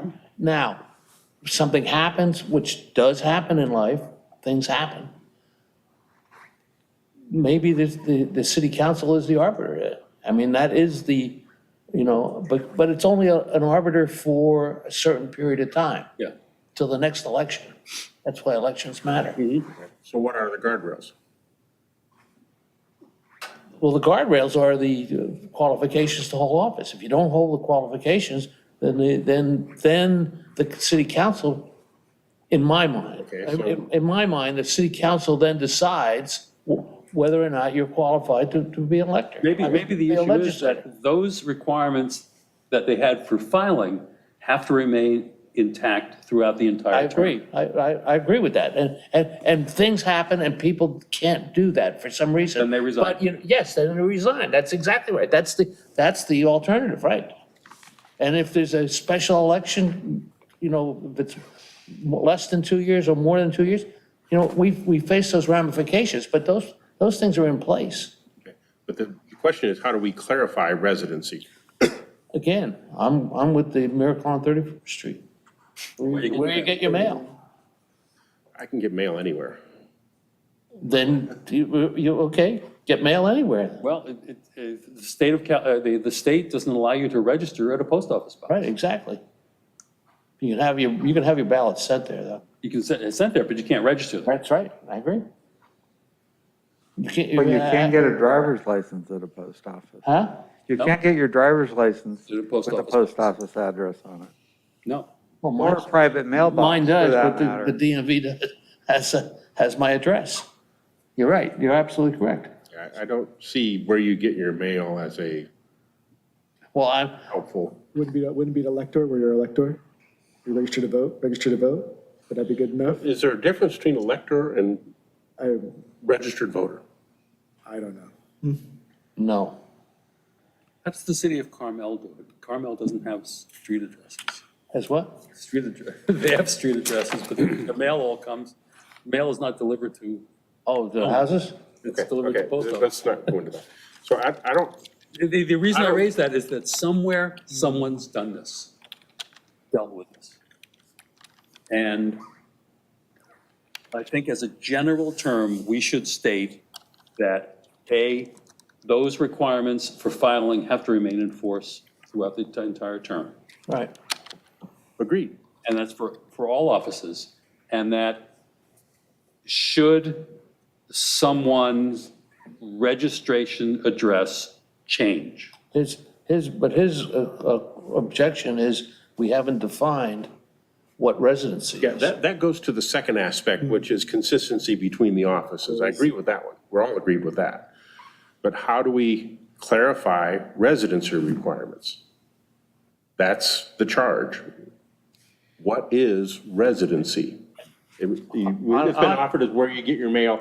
I don't agree with that one. Well, okay, I think that's your perfect Where you right, register to but vote. you haven't offered a substitute for that. And the second thing is, we have agreed unspoken, I'll say, conditions in our society, mail, identification. There are many ways to do this. So give me an alternative to where you get your mail. Would the term be where you are legally registered to vote? I don't think we need to say legally, but. No, Well, I think, yeah, I agree. I think stating it in that way indicates that there is a Entitled, punishment, legally entitled to vote. How's that? legal entitlement, Well, I mean, whatever the term is. well, I'm just trying to get by this issue of what is residency, because, you know, it's not sleeping in a tent on a public street. I mean, that's, well, wait one more day. We're waiting for the Supreme Court right now on Ben versus, you know. Yeah, so that's, you can smile all you want. I mean, Grants pass. yeah, I mean, grants pass, that's right. We just need to come up with one. That's, And that's where I'm trying to Homeless get. people are permitted to huh? vote. I'm sorry? Homeless are permitted to vote. In all the Yes, city they are, charters. and they should be. I mean, but, And they don't have residences. yeah, they don't have a residence. I mean, and again, I'm elevating the electeds to a different standard than a common citizen. You know, if you want homeless people, you know, representing you, that's fine. I think the people get entitled, but they need to have a way to get a hold of that person when they want to get a hold of them. They just can't be wandering around, say, well, I used to be right there on that spot. Well, no, that doesn't work. You know, there are inconveniences that come with public office. There is an intrusion on your public life. We've gone over that extensively, and one of the issues was that the right to run for office is such a basic right I'm that you can't infringe upon it with, not trying to. but you're saying they can't live in a car. They can't live in a car? I'm saying that that's not a residence. Okay, but And if you want to define residency, I think it's incumbent upon you to recognize the fact that a residency is different than a mobile home. Unless it's up on jacks on a piece of property and you get your mail there. get where you're at, but I'm going back to the city attorney has opined that we can't go there in today's environment. Actually, he didn't say that. He doesn't want to go there because, you know what? He only has 6 months left. All right, so what are you proposing? You've heard me say it before. Where you get your mail? Well, unless you come up with a better solution, Like register to vote. A lot of these charters have the same kind of language, elector, register to vote. look at, I don't see a but difference. I don't think we should just ignore it. Ignore what? Residency. Yeah, We're not. We're trying to come to a better definition. where you're Where you required get your to mail, serve until we, jury service. until we come up with something else, where we get your mail is what we got. That's the foundation. The procedures for determining the ability to vote, the fact that you have a place where you receive Your mail. the information, right, is, I think, intrinsic to this whole thing. Now, whether it is specifically about the mail or this specifically about where you're registered, that can be discussed, but they're basically the same thing. So let me ask you, for discussion purposes, why is voter information public, except for confidential addresses? Why is that? Because they want to be able to verify. Right. One team or the other wants to be able to verify where these people are. Yeah, and only certain people can Yeah, have their and information. the reason that we have a lot of dissension and trust in the voting system is because, guess what? You can't verify it. Yeah. So I'm still in for where you get your mail.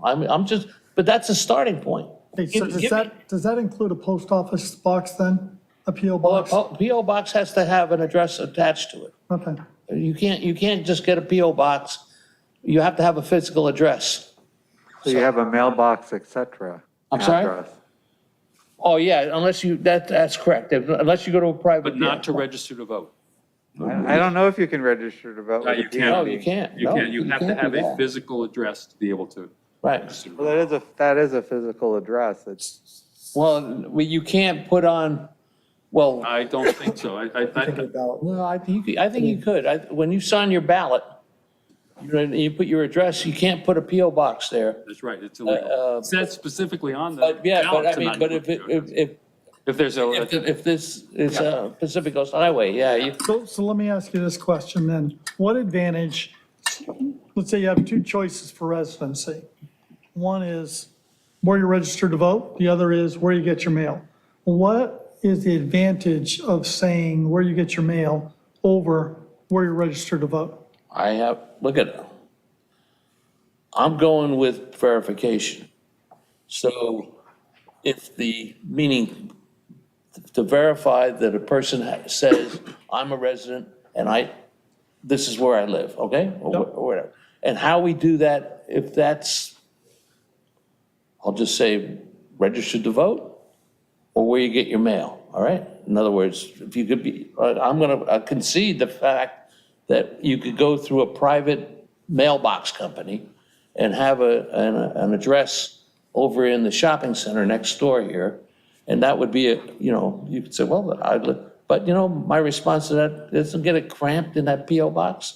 I mean, my point is, I'm just into people stating who they are and that being able to be verified, I totally agree with you. okay? But my thought process right now is telling me that registered to vote has a definitive process, And legal aspects to it. legal aspects to it that's independent, and I think it's more understandable to the voters, and it's more directly related to the issue at hand, i.e. someone holding office.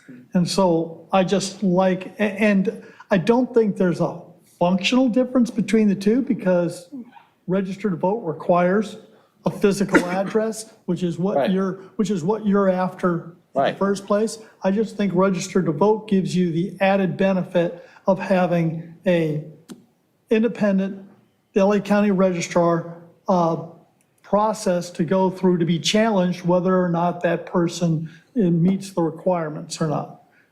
That's why I would favor registered to vote over.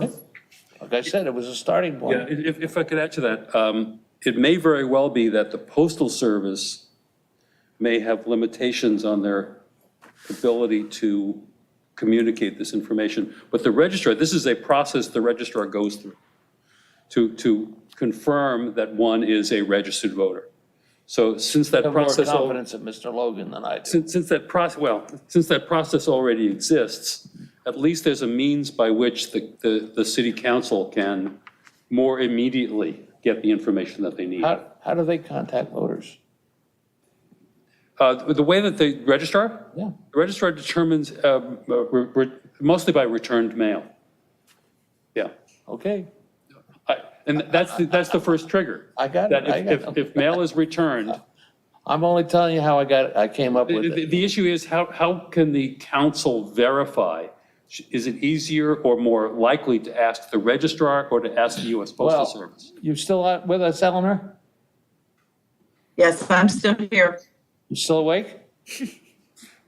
Yeah, I'm Okay. still awake. After this, that second glass of wine is The going to question feel good. If I walk in to your office and lean on the counter and say, can I have the addresses for the council member in District 1? Would you be obligated to give it to me?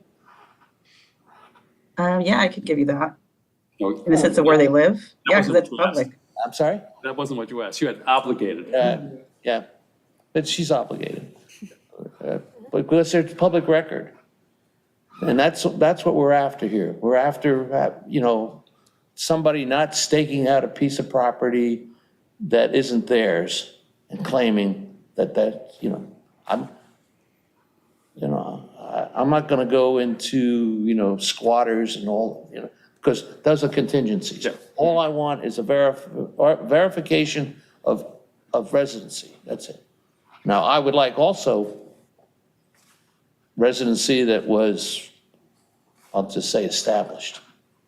In other words, I'm not interested in a 30-day residency, because I think that leads to a whole lot of issues. Where are we at with adding a clarification to residency? What is that clarification? I don't know. So what if you threw in the term presumption of residency in there? Because what Mr. Duiziak is, I think, addressing is that there are different ways to verify the residence, and if you use, whether it's mail or register to vote, you're creating that presumption, which somebody can go to the council and dispute that whether they are or aren't. And I think that's kind of addresses it, but I think we just need to pick one. You can receive mail anywhere. I can receive mail at 10 different places easily.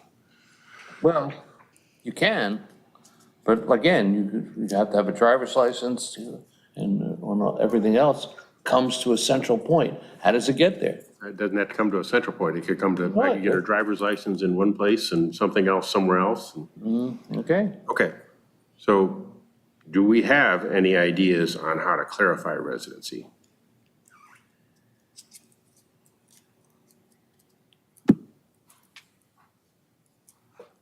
Just to get the ball moving, I would go with what Matt was suggesting.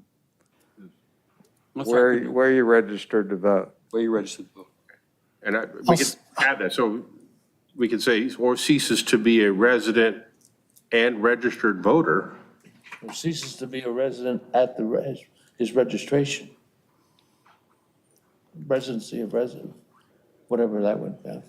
Put that in better English. Ceases to be a resident of An elector.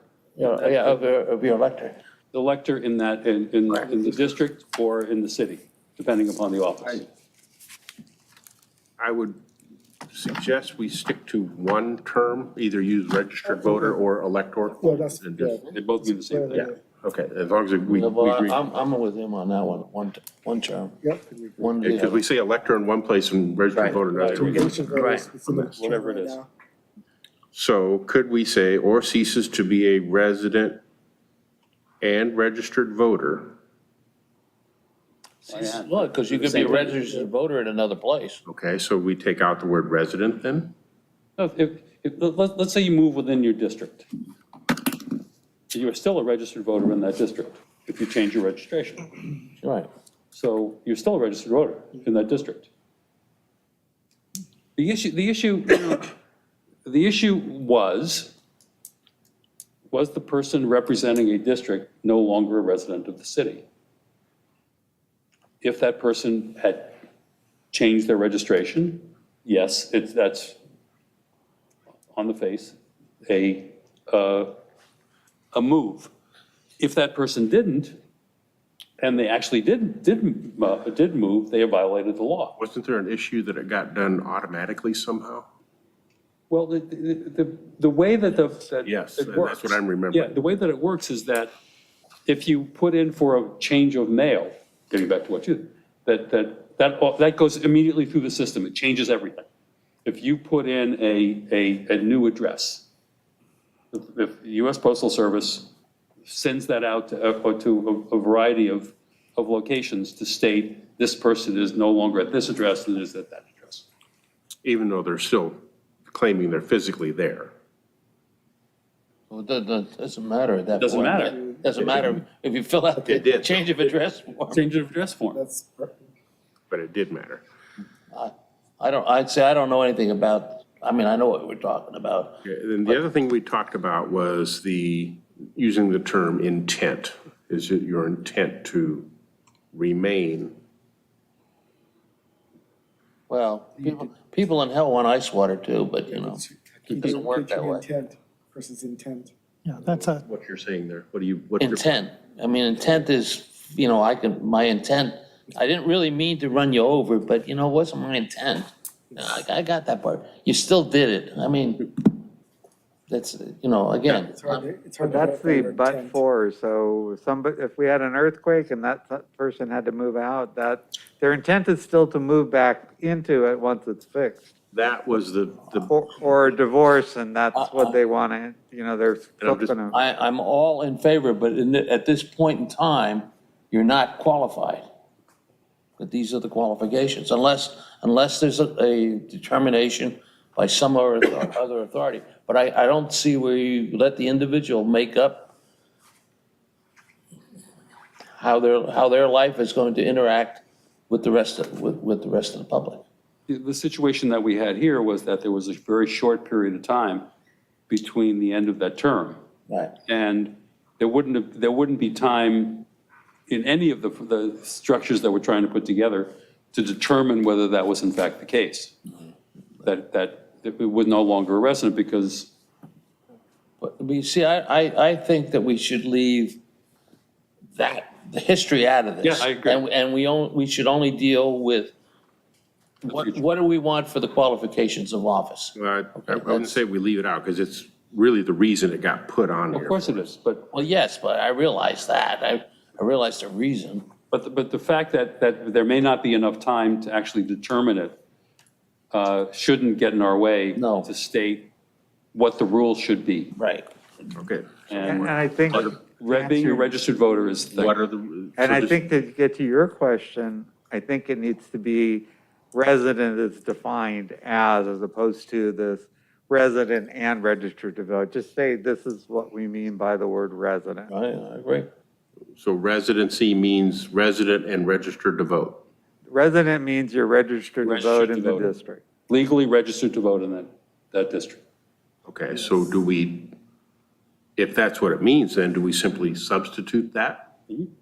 You don't necessarily have to, because you have different sections that it's used differently, so, but I think you can do it as a separate definitive definition.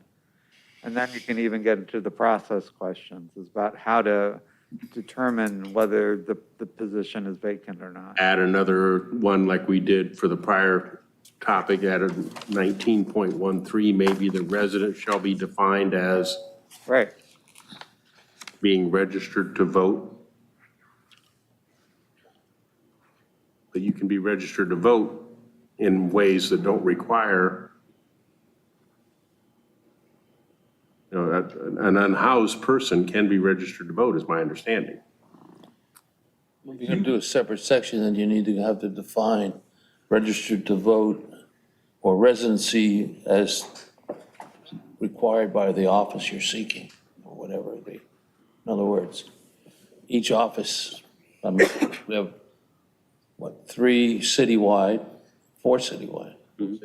Four citywide and then 5 district-wide, so, I mean, so.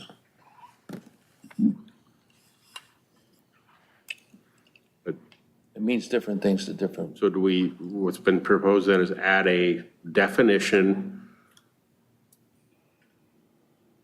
to the word resident requiring where the person is registered to vote, is what I've heard. Is that wrong? Or- That's my 2 cents, yes. With the one case where a 17-year-old ran for council or something? Yes.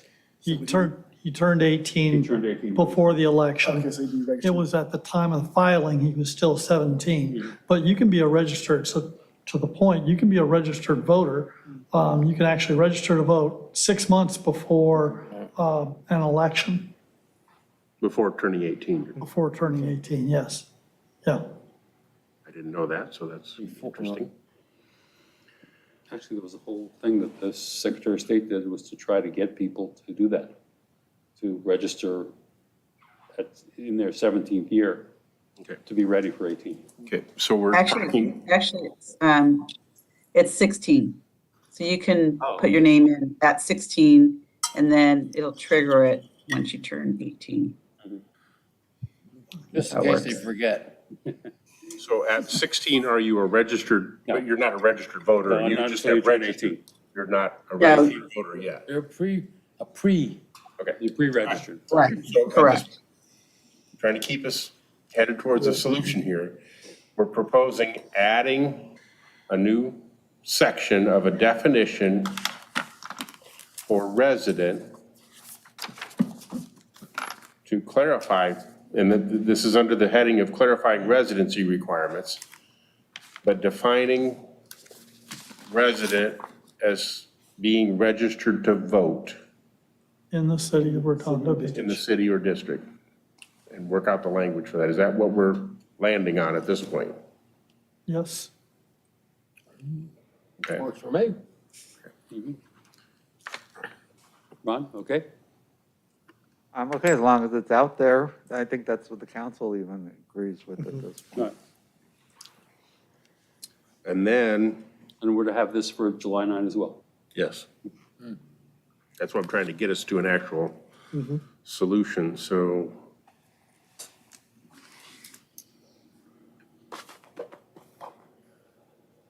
Ceases to be a resident from, okay, that might help.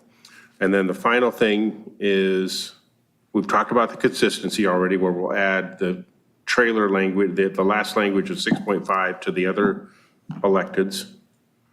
The citywide electeds, basically. And then the last thing is establishment of a policy for the decision-making process, which, Which I guess goes to what you had brought up several meetings ago, is does the police take a report on the person not being a resident? How does it get injected into the process? I think now it's the mayor can decide to set it as a special meeting or something like that. I think that's how the last one came up.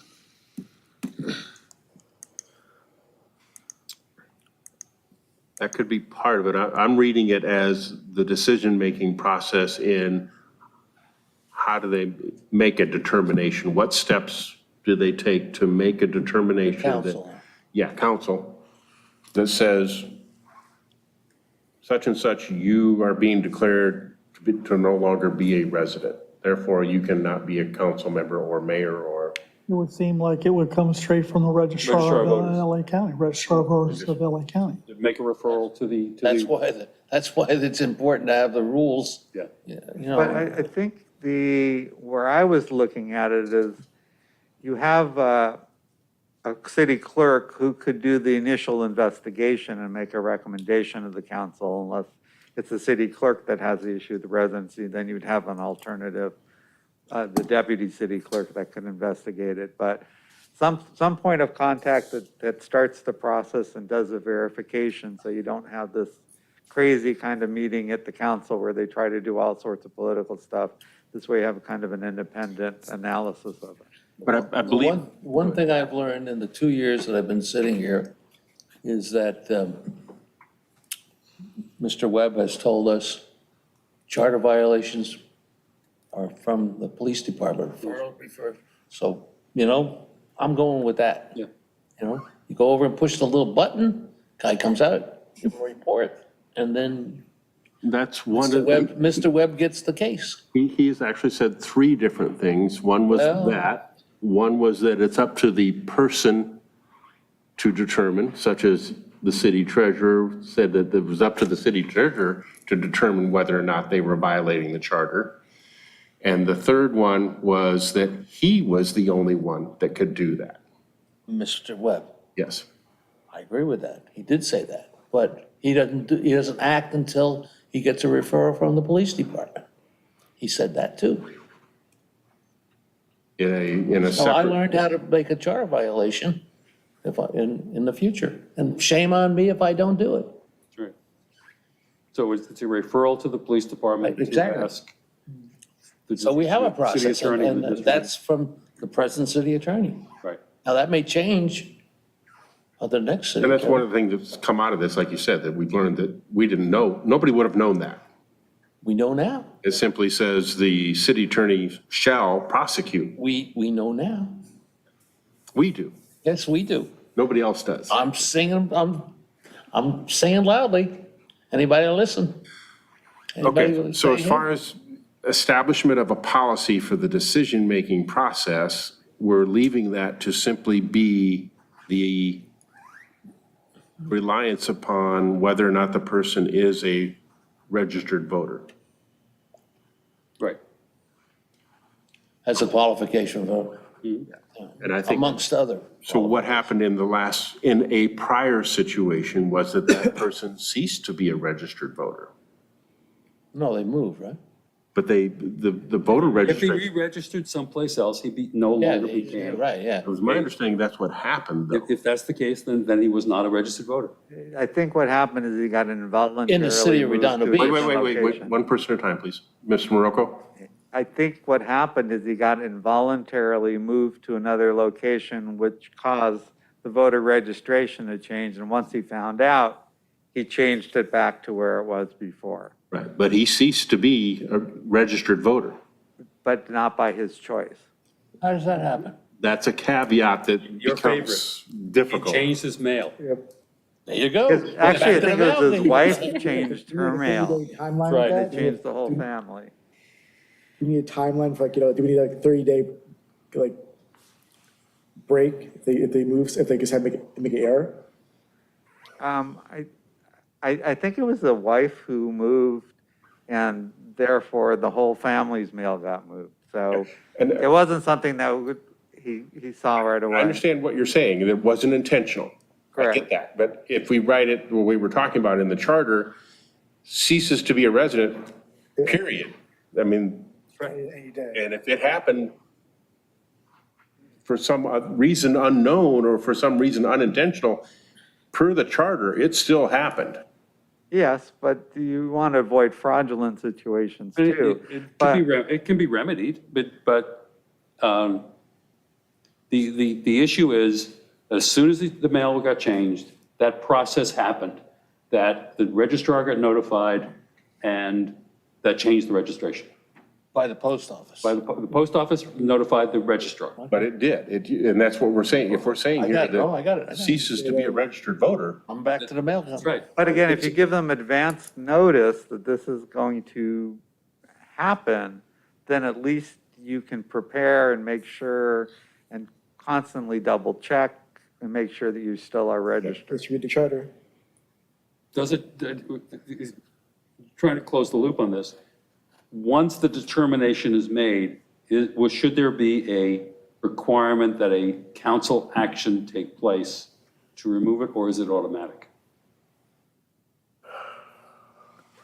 They have to declare the position vacant, which is, they first have to make the finding and then they have to declare it vacant. So it's not necessarily an operation of law. It's- So that is the time at which whatever person is might say, that was a mistake, Correct. and that's- correct it.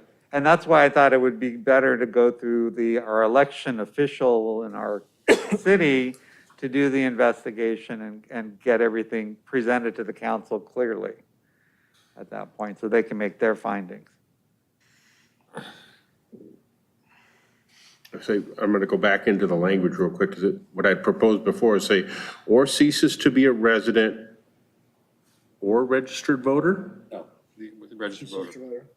Replace resident with registered voter. So then we don't need to define resident. So we're simply saying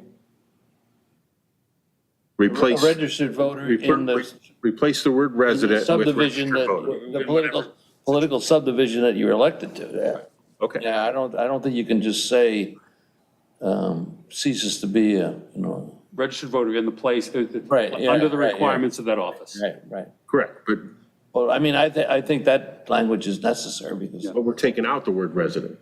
No, but registered voter, meeting the requirements of that office. See, in all cases, when you filed, you had to be a registered voter. In the case of everything other than the city council, you don't have to remain a resident. Okay, but I'm getting in, how would the language then read? No, the point is that it should all revolve around registered voter because that is determinable by an outside agency, right. the registrar of voters. And it simplifies it if you just do the definition, because then you don't have to do the word search for resident in all the different places and then publish all those sections where you're making the changes. It just Right. puts it in one small section. So for example, in eligibility of city council, it currently says, and shall have been a resident of the city for at least 30 days immediately preceding the date of the such filing. That's to file for office. But are we leaving the word resident there? I would say yes, and I would say, again, make a separate definition as used in this charter, resident Make it meaning conjunctive. registered voter. Okay, and that's what I'm trying to clarify, because Yeah. in some cases, I'm hearing, no, we don't need to do that, and other cases, I'm hearing, yes, we do. So I think we should just make it Clarity. resident and, resident and registered voter Okay, and that's what I proposed, and Mr. Pinder said no. in the political subdivision that you were elected to, or you were You aspiring. were saying no, you didn't want to have resident and registered voter. It seems redundant. It is redundant, but again, it will shortcut, I'll just say wordsmiths. Easier to understand also, I think. Fine. But if you have the two different terms, you're going to have somebody say because you use two words for it, that they have separate meanings apart from each other. What I'm trying to get to is something that is straightforwardly adjudicable. And you have the registrar of voters keeping a list of everyone who is registered at what address. And if you assume that the registration is up to date, which clearly it happens really fast now, much faster than it used to. How does that work with homeless people? I don't know. So in 6.1 eligibility, that goes further on to say, and it's almost redundant, but in addition, the candidate for city council, either by election or appointment, shall have been a resident of the district. So here we have the word resident again. Should we say it, make that resident and registered voter? Yes. I see common other charters also, if you want to do it the same language. That they say that? They say resident and registered voter. Resident and registered. So basically what we're proposing that is where it says resident, we say resident and registered voter. It makes it sound like the two can be different. So maybe, You actually can. That's what I'm trying to You can work be a through. resident without being a registered voter. If you decide not to register, Yeah, to vote, but you'd have you're still a both. resident. We need both to be an elected official. So it kind of inherently clarifies residency in that we're requiring registered voter to be part of that. That's And why to I be a registered voter has certain residency requirements. Now that we talk about this, it may raise an issue, I don't know if Mike would agree with this, is that you can run for office without being a registered voter, as long as you're a resident. Where? You don't have to be a registered voter to run for office, If you don't like the word residency, you can always put in, But what do you mean? Where? anywhere. I mean, if it, Not in our charter. no, actually, it is. If it says resident, it does not require you be But it requires be both. registered. It doesn't just say resident. It says unless it uses the term elector, which is, but if it says specifically, you have to be a resident of the city, you don't have to be an elector. Where are you reading that? Wherever it says, Because in 6.1, it doesn't shall say have been that. a resident of, Where are you? 6.1. But the first question is also registered. representative. It says, shall be registered to vote at an address within the city. Right. And shall have been a resident, which again, seems to be Redundant. redundant. But it's not in the other part, the other part. It's not in the second part, The second yeah. part. You don't have to be a registered voter to be a resident, then you go back to using the mailing address, your address as where you're a resident. You don't have to be a registered voter to be a resident. You don't have to register. True. You don't have to register to But vote. in order to run for office, we're saying you have to be a registered voter and remain a registered voter. That's what we're adding here. How about language like maintain an address and be a registered voter within the district or subdivision, political subdivision? Maintain an address is not a good wording. Okay? I can maintain I'm an trying, address anywhere, no, within the district, within the. but I could public- do that. I could maintain an address in all 5 districts. I can't register to vote in all 5 That's, districts. and, no, I'm saying, put the and, as opposed to using residency and, now you use maintain address and elected, registered vote, a registered voter. What was your If point? I'm a resident, if I'm a bona fide resident of the city, I may decide I don't want to vote. I don't want to register to vote. And why are we keep telling that person he can't run for office? Can't hold an office?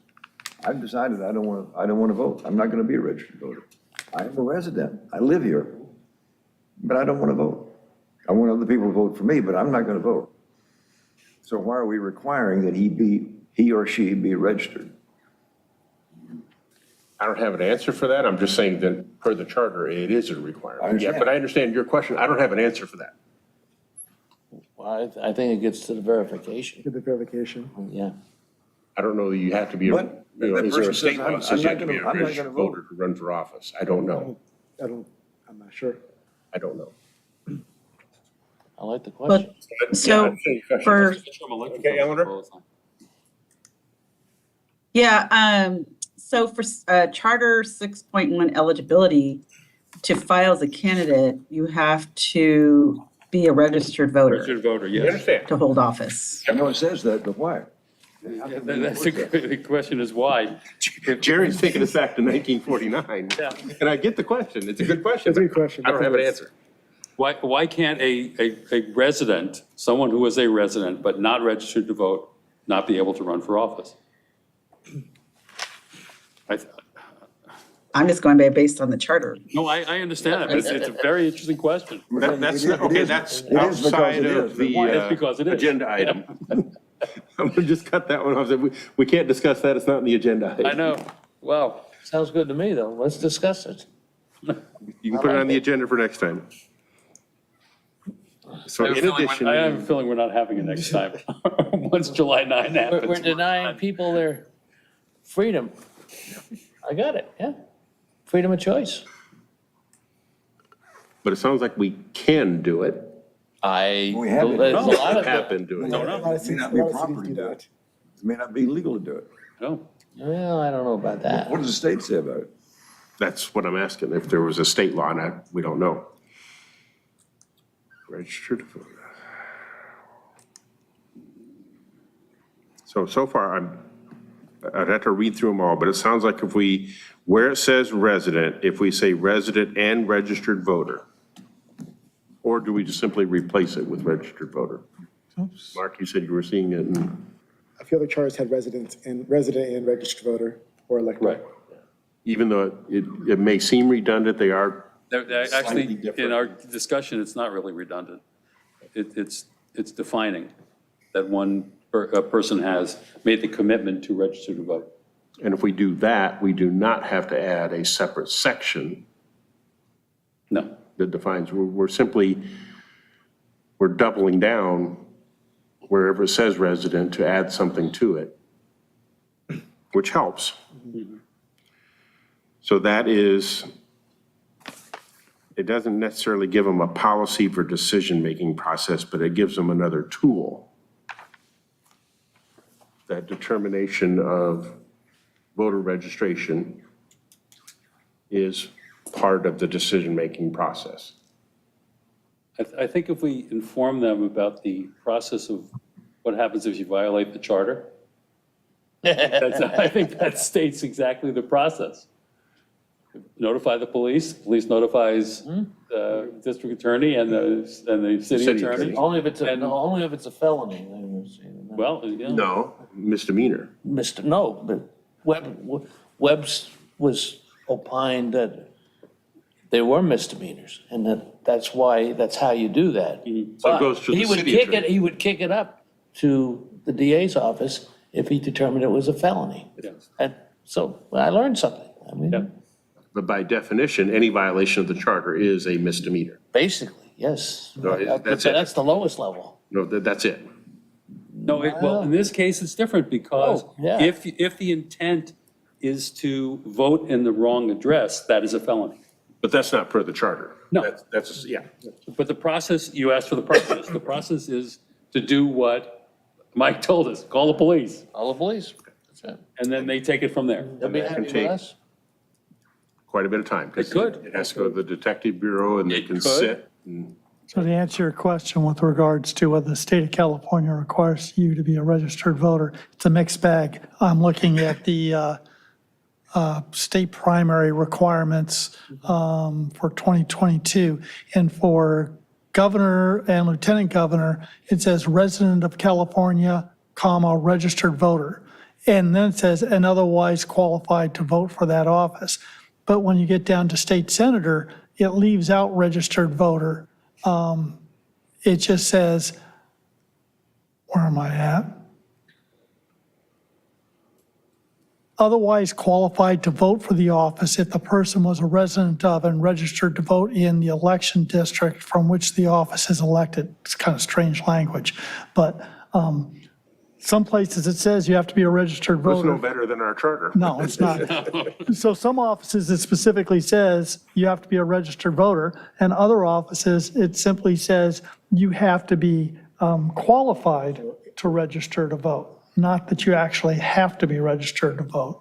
They use two different languages. Okay, so Jerry had something to do with that second one.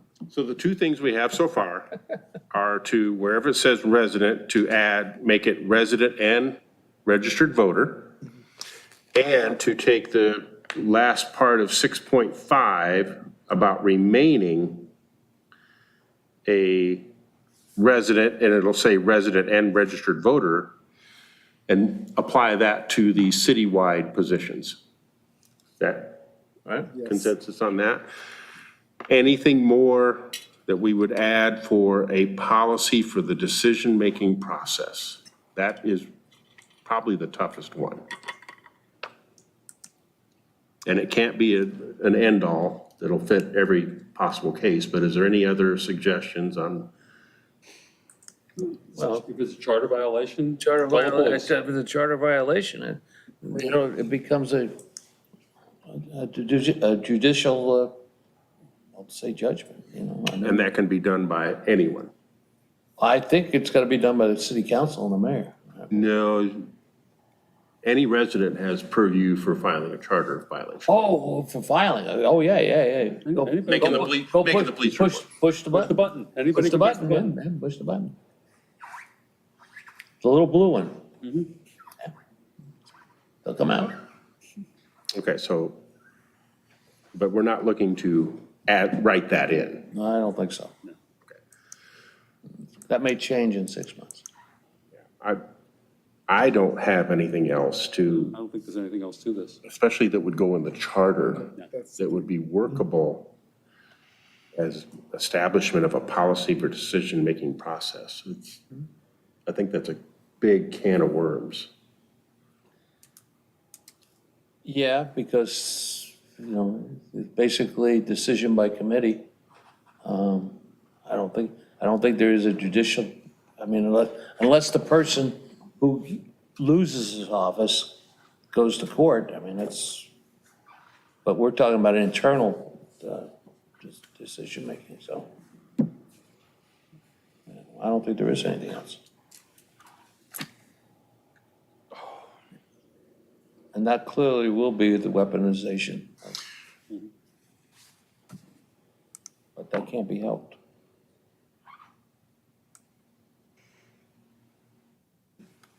As you love to say, everything is political. As you love to say, everything is political. That's what I said. The older I get, the more I believe it. Everything is politics, that's right. It's interesting, the way it's written right now is ceases to be, for example, for city council, ceases to be a resident or ceases to be a resident of the district from which such council member was elected, such council member's office shall become vacant. Right. Shall is a mandate. Yes. And shall be so declared by the city council.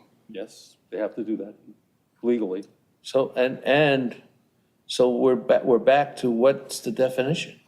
Right, What is the rules? Yeah, You that's right. asked earlier, what are the guardrails? Those two shalls are automatic. That's right. Yes, but, Once it's determined. yeah, once Or it's determined. ceases to be a yes. resident, and we would say, or ceases to be a resident and registered voter. And that's what we're offering at this point. It's an or, it's not you don't have you could have a residence and still be a registered voter. We're saying we're requiring both, though. Yeah, if the determination comes back that that person is not a resident, they have nothing other than they have to. They are required to declare it vacant. We're talking about the process getting to there. Yeah, it sounds like the way it's written is shall become vacant. It's vacant. That's vacant. And then it just has to be declared so, and it has to be declared so. Because they have to create a new election. So in Or a point. in the prior situation, it would have happened, What would happen? would have been declared vacant. Right. Yeah, but assuming that that process had been gone through, and it comes back saying this is a violation, then yes, it's vacant. What the council did was short circuit that. And if the council doesn't do it, Then they violated the charter, we go. then you gotta go press the blue button. button. This is simple. It's much simpler than you think. I guess you can't make a mistake with this process. You make a mistake and involuntary register somewhere else, you're kind of out. I mean, we got the gospel, and the man That's right, told us. we know how to do it now. Okay, All right? so I think, is that, I think we've got everything we need here. okay, again, can the same three of you or two of you do that same Sure. reporting Yeah. on May 9th? Yeah.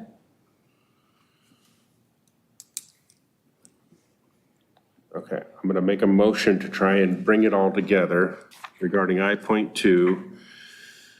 Make a motion that we, anywhere in the city charter where it says resident, as far as pertaining to elected office, that it now say resident and registered voter. And we add similar language as the last part of 6.5 that requires the person to remain a resident and a registered voter. We add that to the other citywide elected offices.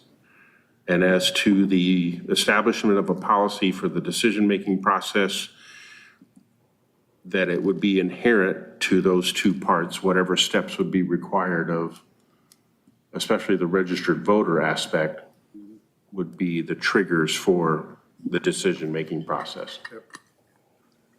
Is that clear enough as a motion that you can put something together for that? Yep. Okay, is there a second to that? Second. All in favor? Aye. Oh, I'm sorry, The public. record, there's no public comment Thank for this you. item. They're all asleep. Okay, so now, all in favor? Aye. Any opposed? Opposed? Okay. You're opposed? Will you be preparing your dissent? I'm going to be at the meeting anyway, but no. And I will tell you the reason why I think you just made it more complicated, and you never answered the question as to what is a resident, which was what we were charged to do. So I'm more inclined to suggest that we stick to a definition, but I'll be in the minority. I don't see any reason to write anything on it. Yeah, and I would agree, Ms. Morocco, we haven't defined residency, but we have added the second part to it that adds a definition. I understand. So, Ron, I just don't agree with you. I think We established a parameter. we've stated what residency is, which is that you are a registered voter. So there's no need I for two think- words that define the same thing. I'm I'd be eligible for it to be a. yeah, I don't know that it's the ideal solution, but I think it's the best we can come up with right now. As I said, I'm fine with the decision Okay. you all made, but I'm voting against it. Okay. All right, then. And to continue this item to, a motion to continue this item to the next regular meeting, should there be one, just in So case. moved. Just in case. So moved. Second. So motion is second. Mr. Pinsler, Mr. Ryan, all in favor? Aye. Okay, so I2 is continued as well, should it need to be. Item J, items for discussion prior to action. I don't believe we have any there. Item K, do we have any member items and referrals to staff? I have one. Mr. Morocco? This may be our last meeting, the next meeting may be our last meeting, but I think we have really detailed notes that have been coming out as a form of minutes, and it may be a nice little addition so that somebody 20 years from now, when they look at this, can learn from us what we have learned in this process, and maybe having just a short session where we discuss the things that worked, the things that didn't work, the things that made our meetings go until 11 o'clock at night, that maybe we gained some wisdom over this process that we can at least impart on the next group of people who do this. Okay. And one of the things I would go back to is, at the last discussion, we did talk about the fact that learning about the blue button aspect, we can call it now, but the fact that a police report is supposedly a requirement. We had talked about passing that information on and passing it on to council and somehow making it more publicly known. all in favor of it. Maybe it'd be a line over there at the blue line. I don't know if you can include that into your report to council I think what you're talking about, Ron, doesn't necessarily have to be a formal meeting. I think we as When we're no the longer, experience that we have can be written down, passed on, however, to city clerk or whoever might be for the future. I'm not sure we have to go through the whole process of formalizing it. Each of us has probably different experiences that we can add or do it on our own. But I'm not sure we need to formalize it in any way. If we do have another meeting, that's something that we could discuss. If we don't, then we can probably do that as well. You could also have a party. I expect to be on the next committee 20 years from now, don't you? You would wish that upon yourself? He wants to make sure he's there. If I make the 20 years. That's all he's talking about, is then I'll- making it there. I'll take the I for one, don't expect to be. And you will be missed, Mr. Wood. Maybe missed. It does say in here that the next regular meeting is on July 25th, so I will take a motion in a second to adjourn to our next regular meeting, should there be one, of July 25th, 2024. How will we know? We'll find out. We don't get a notice. So moved. Press the blue button. Second. Ready to vote. Is there a motion to adjourn to the next Motion regular and a meeting? second. There was, okay. You get the motion second, okay. All in favor? Aye. Any opposed? We are adjourned at 9:44 PM. Thank you, everyone.